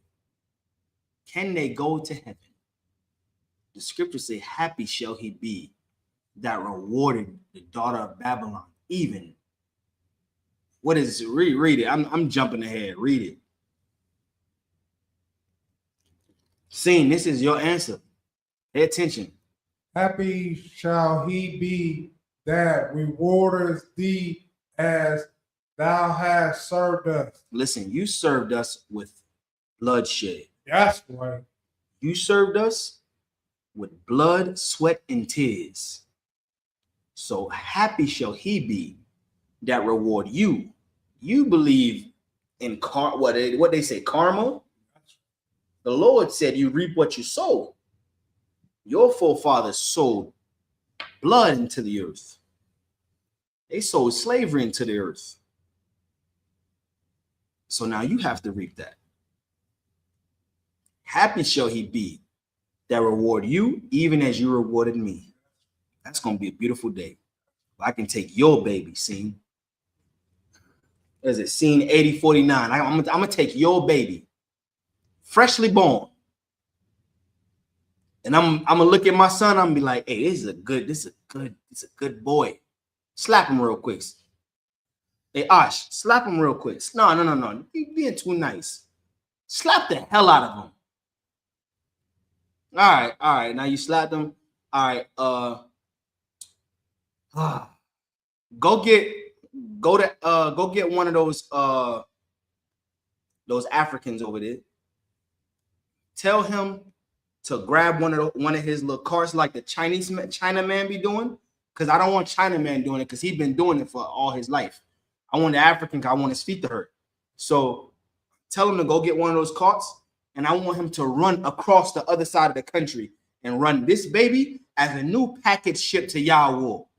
This is my present to him.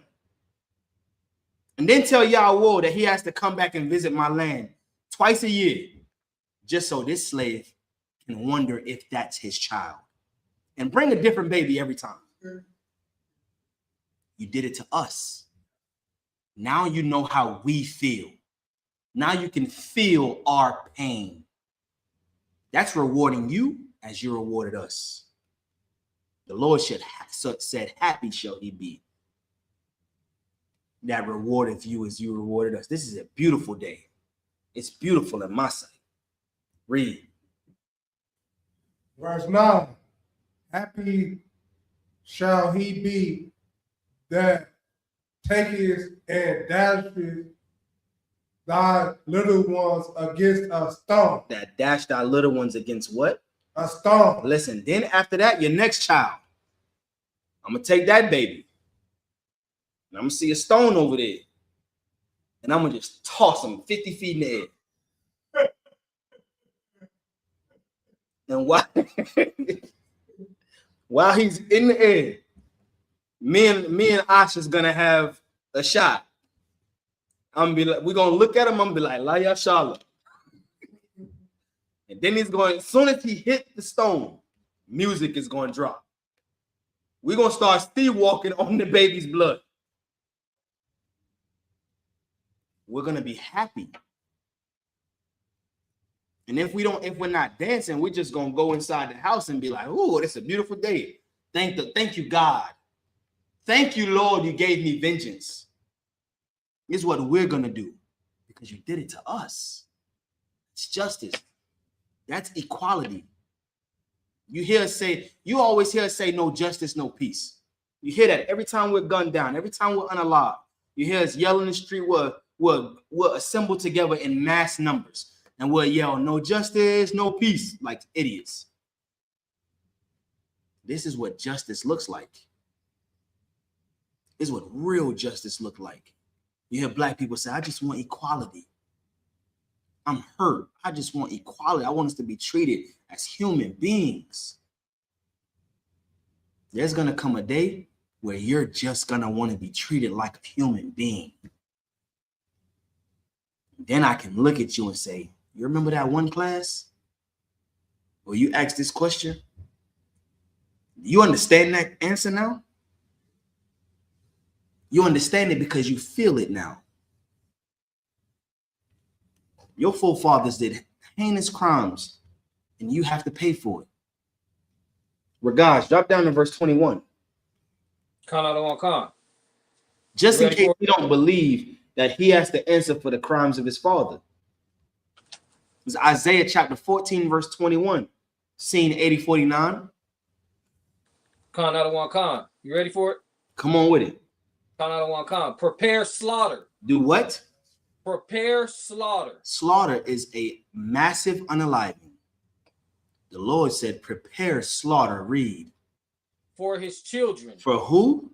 For his children. Prepare slaughter for the kids. Go ahead. For the iniquity of their fathers. Their fathers did some heinous crimes. You know how in America, if your father owes America $500,000 in debt, if he's in debt, and the Lord decides to take your father off the earth, you know who inherits that $500,000 debt? You do. Same way with the Lord. When your father commits crimes and he's unalived off the earth, you inherit that debt. And your forefathers committed some heinous acts. And now you have to inherit what your forefathers did. So can a good white person make it to heaven? Absolutely. But when you get there, it ain't going to be the heaven you think it is. It's going to be your hell and our heaven. Because here's what happens when white people get to a place with every other people. It ain't just us. It's everybody on the face of the earth. When white people get there, there's no equality with white people. They have to find a way to conquer that land. They have to. You remember that itch that I always talk about that white people have? That itch to unalive? That's another itch that they have. They got another itch to just, how can I come over top of these people? I believe we should be ruling them. We can civilize. And here's what they say. We can civilize them. Look how they're living. Look at what they're doing. We can absolutely civilize them and make them decent humans. We just got to find a way. I know a way. Let's give them smallpox.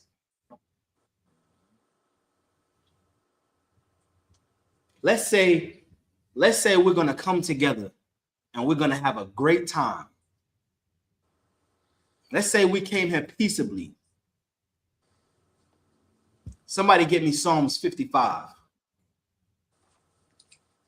Start at verse 20. Whoever got it.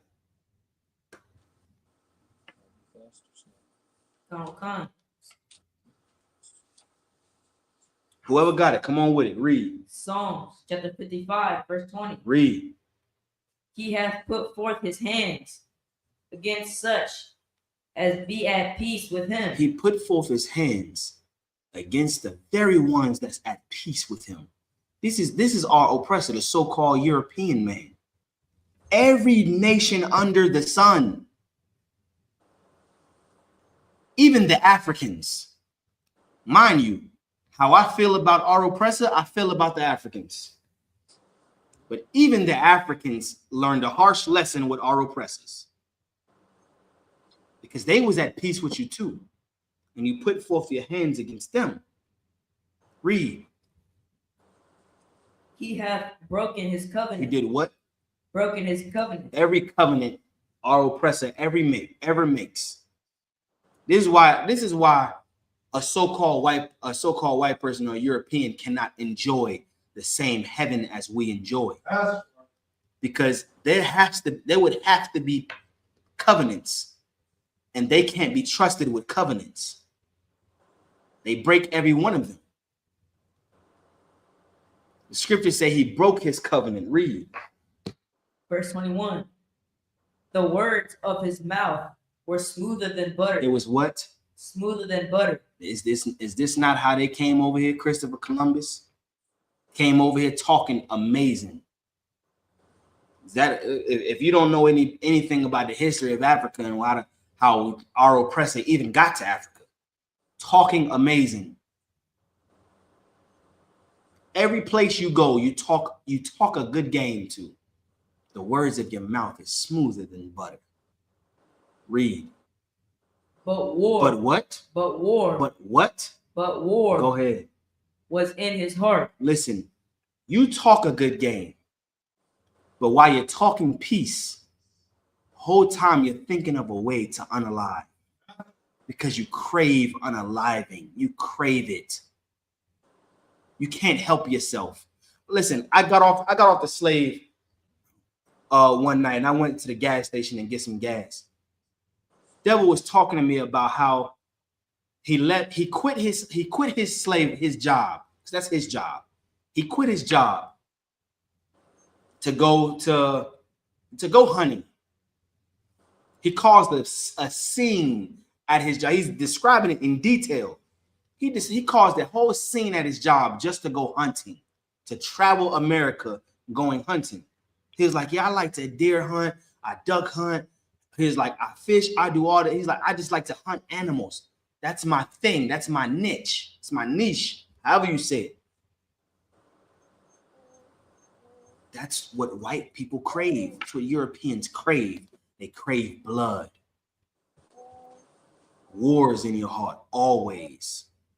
Even though you talk a good game, you always have to find a way to unalive, because you can't survive without seeing blood of someone else on the earth.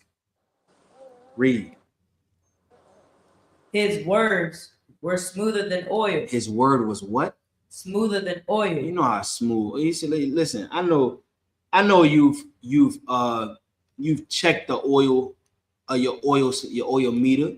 You check the dipstick on your oil meter before. You know how slick that oil is. I know you had to change your oil before. You know how slick that oil is. The Bible says your words are smoother than that. Go ahead. Yet were they drawn swords. Yet were they what? Drawn swords. Whole time you're looking for a way to unalive.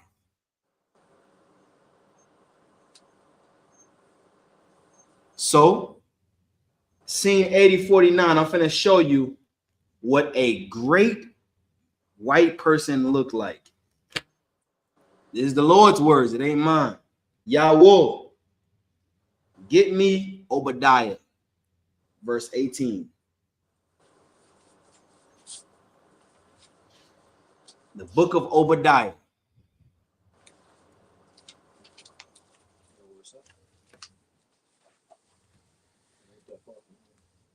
This is the book of Obadiah, chapter 1, verse 18. Read it nice and loud. And the house of Jacob shall be a fire. The scriptures say the house of Jacob shall be a fire. Go ahead. And the house of Joseph a flame. This is talking about the northern kingdom and the southern kingdom coming together with righteous indignation. Go ahead. And the house of Esau for stubble. The house of Esau for what? Stubble. The house of Esau is going to be for absolute stubble. Go ahead and read. And they shall kindle in them and devour them. They shall kindle in them and devour them. That means that listen, we just read Isaiah 14 and 21. There's going to be a massive unaliving that's going to happen on the earth.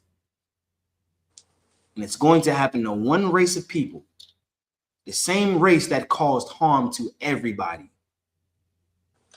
So white people are looking for the greatest fight of their life. We're reading the greatest fight that they're going to ever have. The house of Esau is going to be for stubble. Read. And there shall not be any remaining of the house of Esau. There shall not be what? Any remaining of the house of Esau. Listen, scene 8049. The Lord said, from the oldest person, oldest European person, whether you 89, 90, 95, 105, 110, 115, all the way down to the freshly born baby, the newest born, straight out the mother's womb. Scripture said there should not be any remaining. Read. For the Lord hath spoken it. This ain't my words. This is the words of God. See, so-called white people, our oppressors, have and has consistently and still committing heinous crimes against God's chosen people. You touch the wrong people, and you consistently touch the wrong people. And because you do that consistently, there's a price that you have to pay. Now, all so-called blacks, Hispanics, and Native Indians, here's what you need to do. Regards, get me Exodus 23 and 22. Come out on car.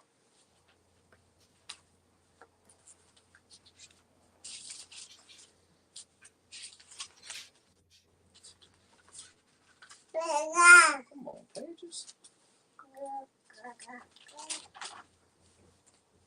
And again, all we're doing is reading the Bible. Why?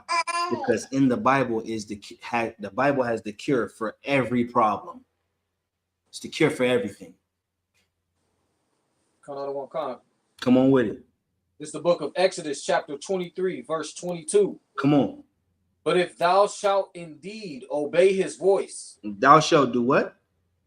Indeed obey his voice. If you obey the voice of the Lord, so-called blacks, Hispanics, and Native Indians, turn from your evil ways. Turn from the evil of your forefathers. I get it. We've been Christians all our life. We've been drug dealers all our lives, whores and whoremongers all our lives, thieves and robbers all our lives. It's time to turn from that and turn back to the Lord. Read. And do all that I speak. And keep the law, statutes, and commandments.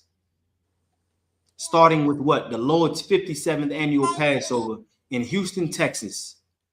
Go there. Be there. Whether you're ISUPK or not. If you are black, Hispanic, or Native Indian on your father's side, be there. And we will treat you like a brother or a sister.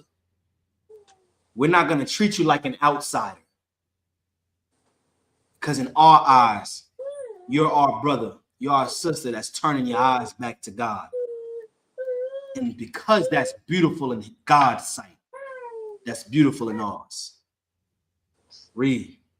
Then I will be an enemy unto thine enemies. Then I will be what? An enemy unto thine enemies. See, this is what our oppressors hate.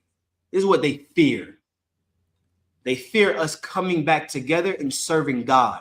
Because if we serve God, he'll be an enemy to our enemies. Whenever y'all have time, read. Here's your homework. Read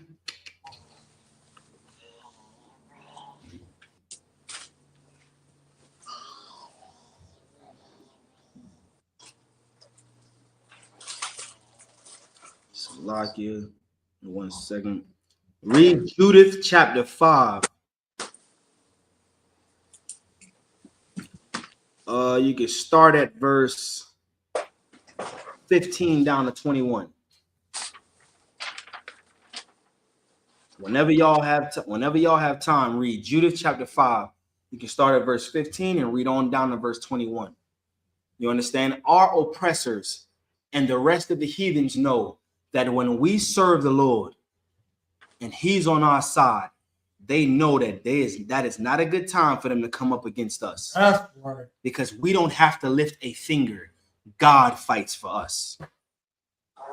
But when we do not obey God, we go into slavery every time without faith. This is what everybody knows. This is how we got here to America. Because we chose not to obey our power.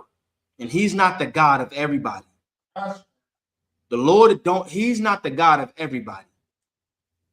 He's only the God of blacks, Hispanics, and Native Indians. That's why I don't know. He said, you only have I known of all the families of the earth. Even though he created everybody, he chose one people to be a God to. This is why everybody has their own gods. White people, you got Zeus. You got Kranos. You got Hercules. You understand? You got Hades. You got Poseidon. All these different gods. Africans, you got 365. 365 gods, one for every day. Who I'm praying to today? I forgot. Bruh, it's on the calendar. You got one for every day. All white people have one. The Arabs, you got your God. It's a rock. Yeah, that's their God. It's a rock. And you call that rock Allah. You circle it 7 times and you go and you kiss it. And after you kiss it, you come home with herpes. Because you done kissed after somebody else that got herpes.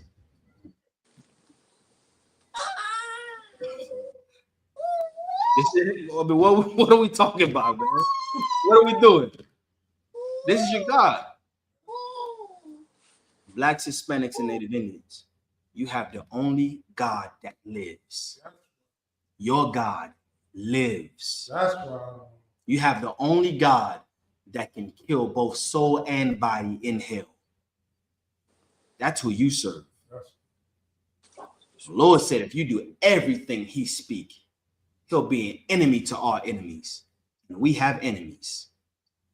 We have them. They're hunting us right now. They're absolutely hunting us right now. He said, scene 8049, he said, I'm not being a slave. Listen, I love the tenacity. I love the might and the willpower. You know, the scriptures say, let the weak say I'm strong. Keep that strength. When a nigga crack the sky, keep that same energy. And you tell Christ, a black man from the tribe of Judah, who would be from the ghettos of Chicago, the ghettos of Milwaukee, who would be from the ghettos of Baltimore. You look at him and you say, I'm not going to be a slave, and see what he do. Salakia, Adawan. Come on.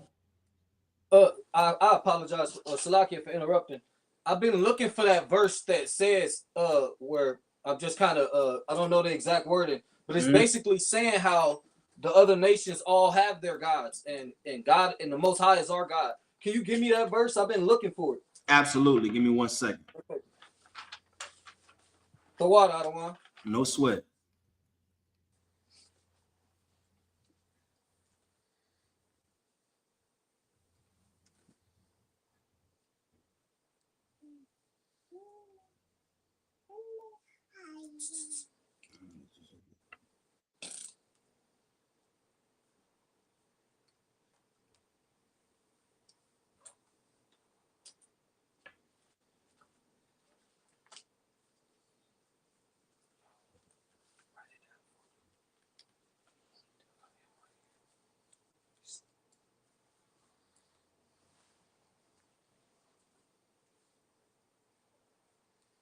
me see. It's a lot. Give me 1 second. Con out of one con.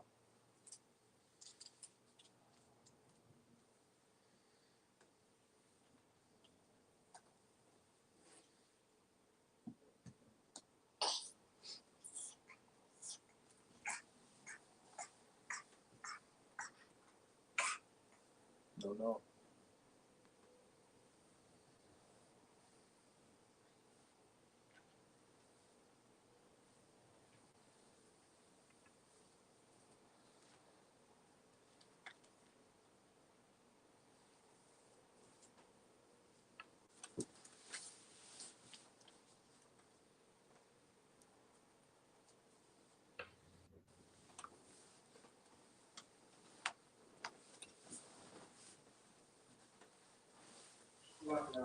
Con.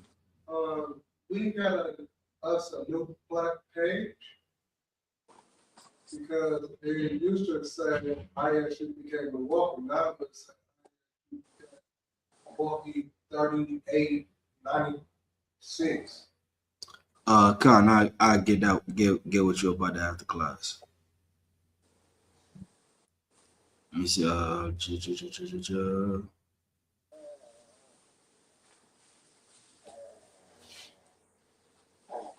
I had this verse at one point, but when I changed my app, I don't have the bookmarks from my other app. But I had this verse. Can't find it. You want 1 Corinthians chapter 12, verse 2 through 4. Con out of one con. The water. 1 Corinthians 12, 2 through 4. Con, book of 1 Corinthians chapter 12. Matter of fact, let's go ahead and read it for you real quick. Con out of one con. The water. No sweat.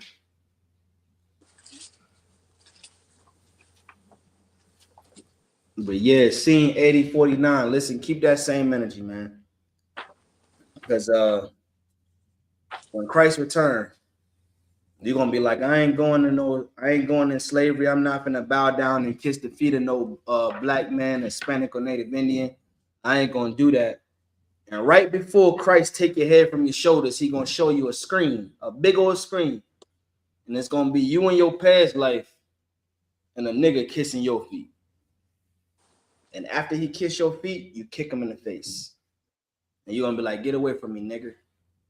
Go over there. And then after you tell him to get away from you, you're gonna tell one of your servants, another white person, to go beat him. And then Christ is gonna look at you and be like, yeah, you don't remember that. I remember it though. I remember it. I was sitting up there pissed off. I was waiting on my father to tell me to come and save my people.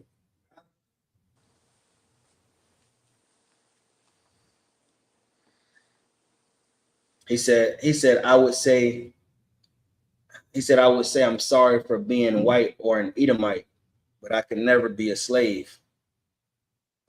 I'd rather die.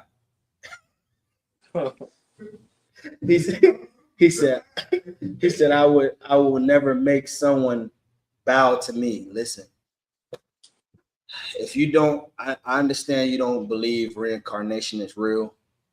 It's absolutely real. You are your forefathers. You absolutely are. A lot of people be like, well, North America was different from the South. There was no slaves in the North. We went to war to free the slaves. No, you didn't. Slavery was in the North as well. We kissed your boots in the South. We kissed your boots in the North. What Christ is going to do is he's going to force you on your knees. He's going to force your face to the earth. And when he forces your face to the earth, boots is going to be right there next to you. And he's going to force you to kiss those boots. And then after you kiss the boots, your head is going to come off your shoulders. Your spirit is going to go to the Most High. And then you're going to be recycled back into the earth, probably with one arm. Or you might not be able to talk. And then you're going to be a slave. You said, I never serve nobody else. I'd never be a slave. The Lord is going to force you to be a slave just because you said it.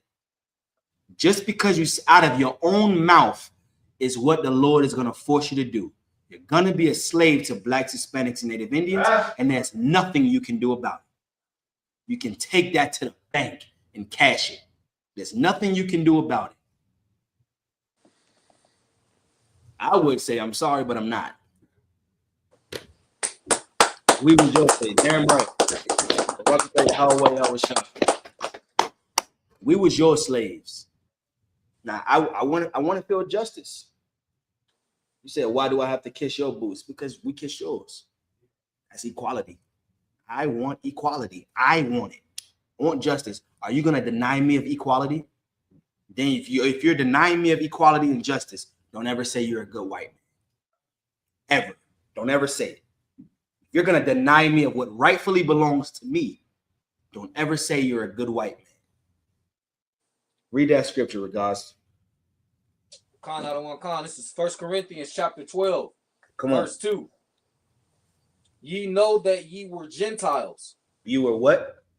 Gentiles. Who is he talking to? The Israelites. Absolutely correct. There's the word Gentile just means nations. That's it. It's not a specific it's not specific to who it's talking about. Gentile can mean heathens, and it can also mean Israelites that's acting like heathens. That's why when you go into the hood, you'll see old school grandmas and great grandmothers. They'll be like, nah, stay away from them heathens. I don't want that heathen over here talking about an Israelite. Because this is how we talk. You understand? Come on with it. Con, I don't want con. Carried away unto these dumb idols. Carried away unto what? Unto these dumb idols. Whose dumb idols were we carried away to?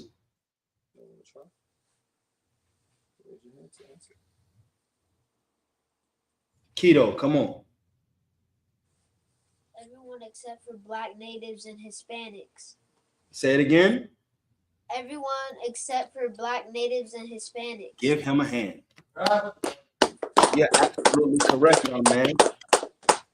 We were led away captive, and we served their gods, not ours. This is the scripture that you need, all right? Con, I don't want con. The water. No sweat. He said, I'm not denying equality. I believe in equality. Give him a hand. Give Scene 8049 a hand. He said he believe in equality. That means you believe that one day you're going to be my slave. That's how the cookie crumbles. With that, I passed the class over to precinct officer 1000.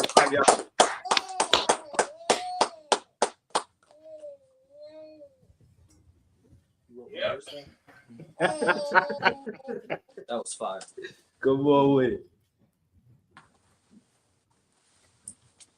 Oh, shit.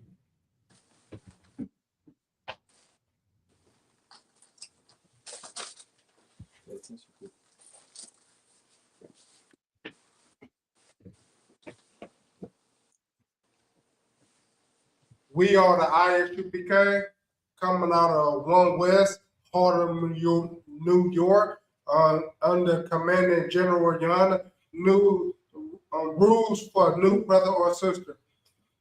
When a new brother or sister come into the school, they are off limits for 6 months.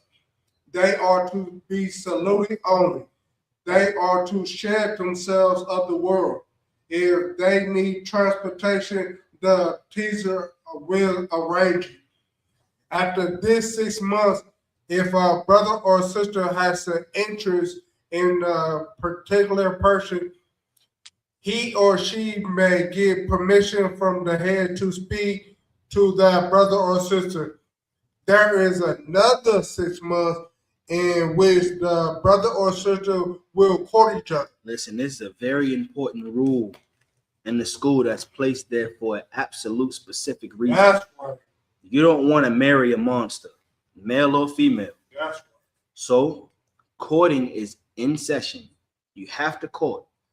And before you court, you better get permission to talk to that person If you don't have permission, it's shalom, sir, or shalom, sis. That's all it is. And keep it pushing. They need a rod. La'ab, Salaki says you need a ride. Yeah, the teacher right there, he's the teacher. You see the captain right there? He'll take care of that for you. That's where you director. That's right. All right, go ahead. After this 6 months, if after this 6 month period, if brother or sister,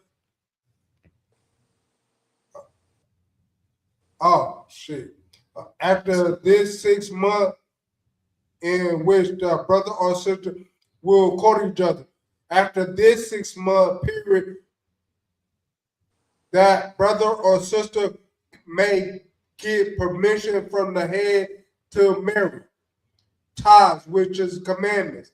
Numbers chapter 14 and 21, and Malachi chapter 3, verses 8 through 10 means 10th in the Hebrew.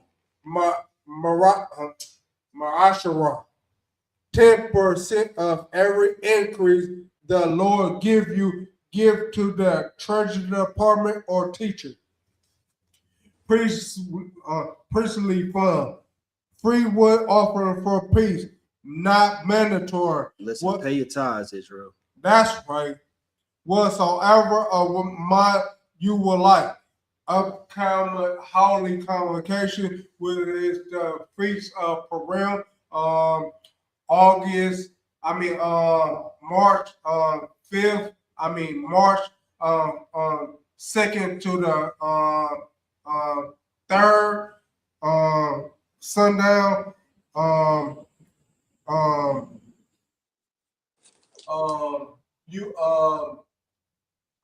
it's all around states. So if you want to get in with a feast of Purim, guard your head. If anyone wants to be a trooper in the school, start wearing all black. That means black boots, black shirt, black headband or scarf. And with that, imagine, which means to stand. Listen, seeing 8049, hit our inbox on Facebook, man. We can set up a debate if you want to and talk about if equality will be found in slavery or not. That's actually a good topic. That's right. Hit this inbox, man. My captain won't smoke, so let's give it to him. That's right. And with that, imagine Bach. Imagine Barak, Yahweh Shem Yahweh Shabbat. Yahweh Shem Yahweh Shabbat. Yasmatah, closer to salute to the sisters. Sorrows means to turn. Imagine the Bach. Imagine Barak. Yahweh Shem Yahweh.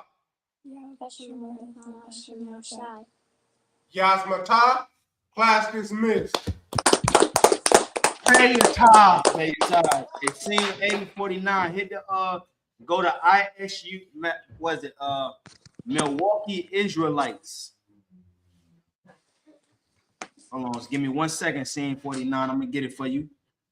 Go to Milwaukee UPK Israelites. Hit the inbox and let's set up a time where we can have a discussion, a formal discussion, live for everybody to see. You know what I'm saying? That would be a great discussion.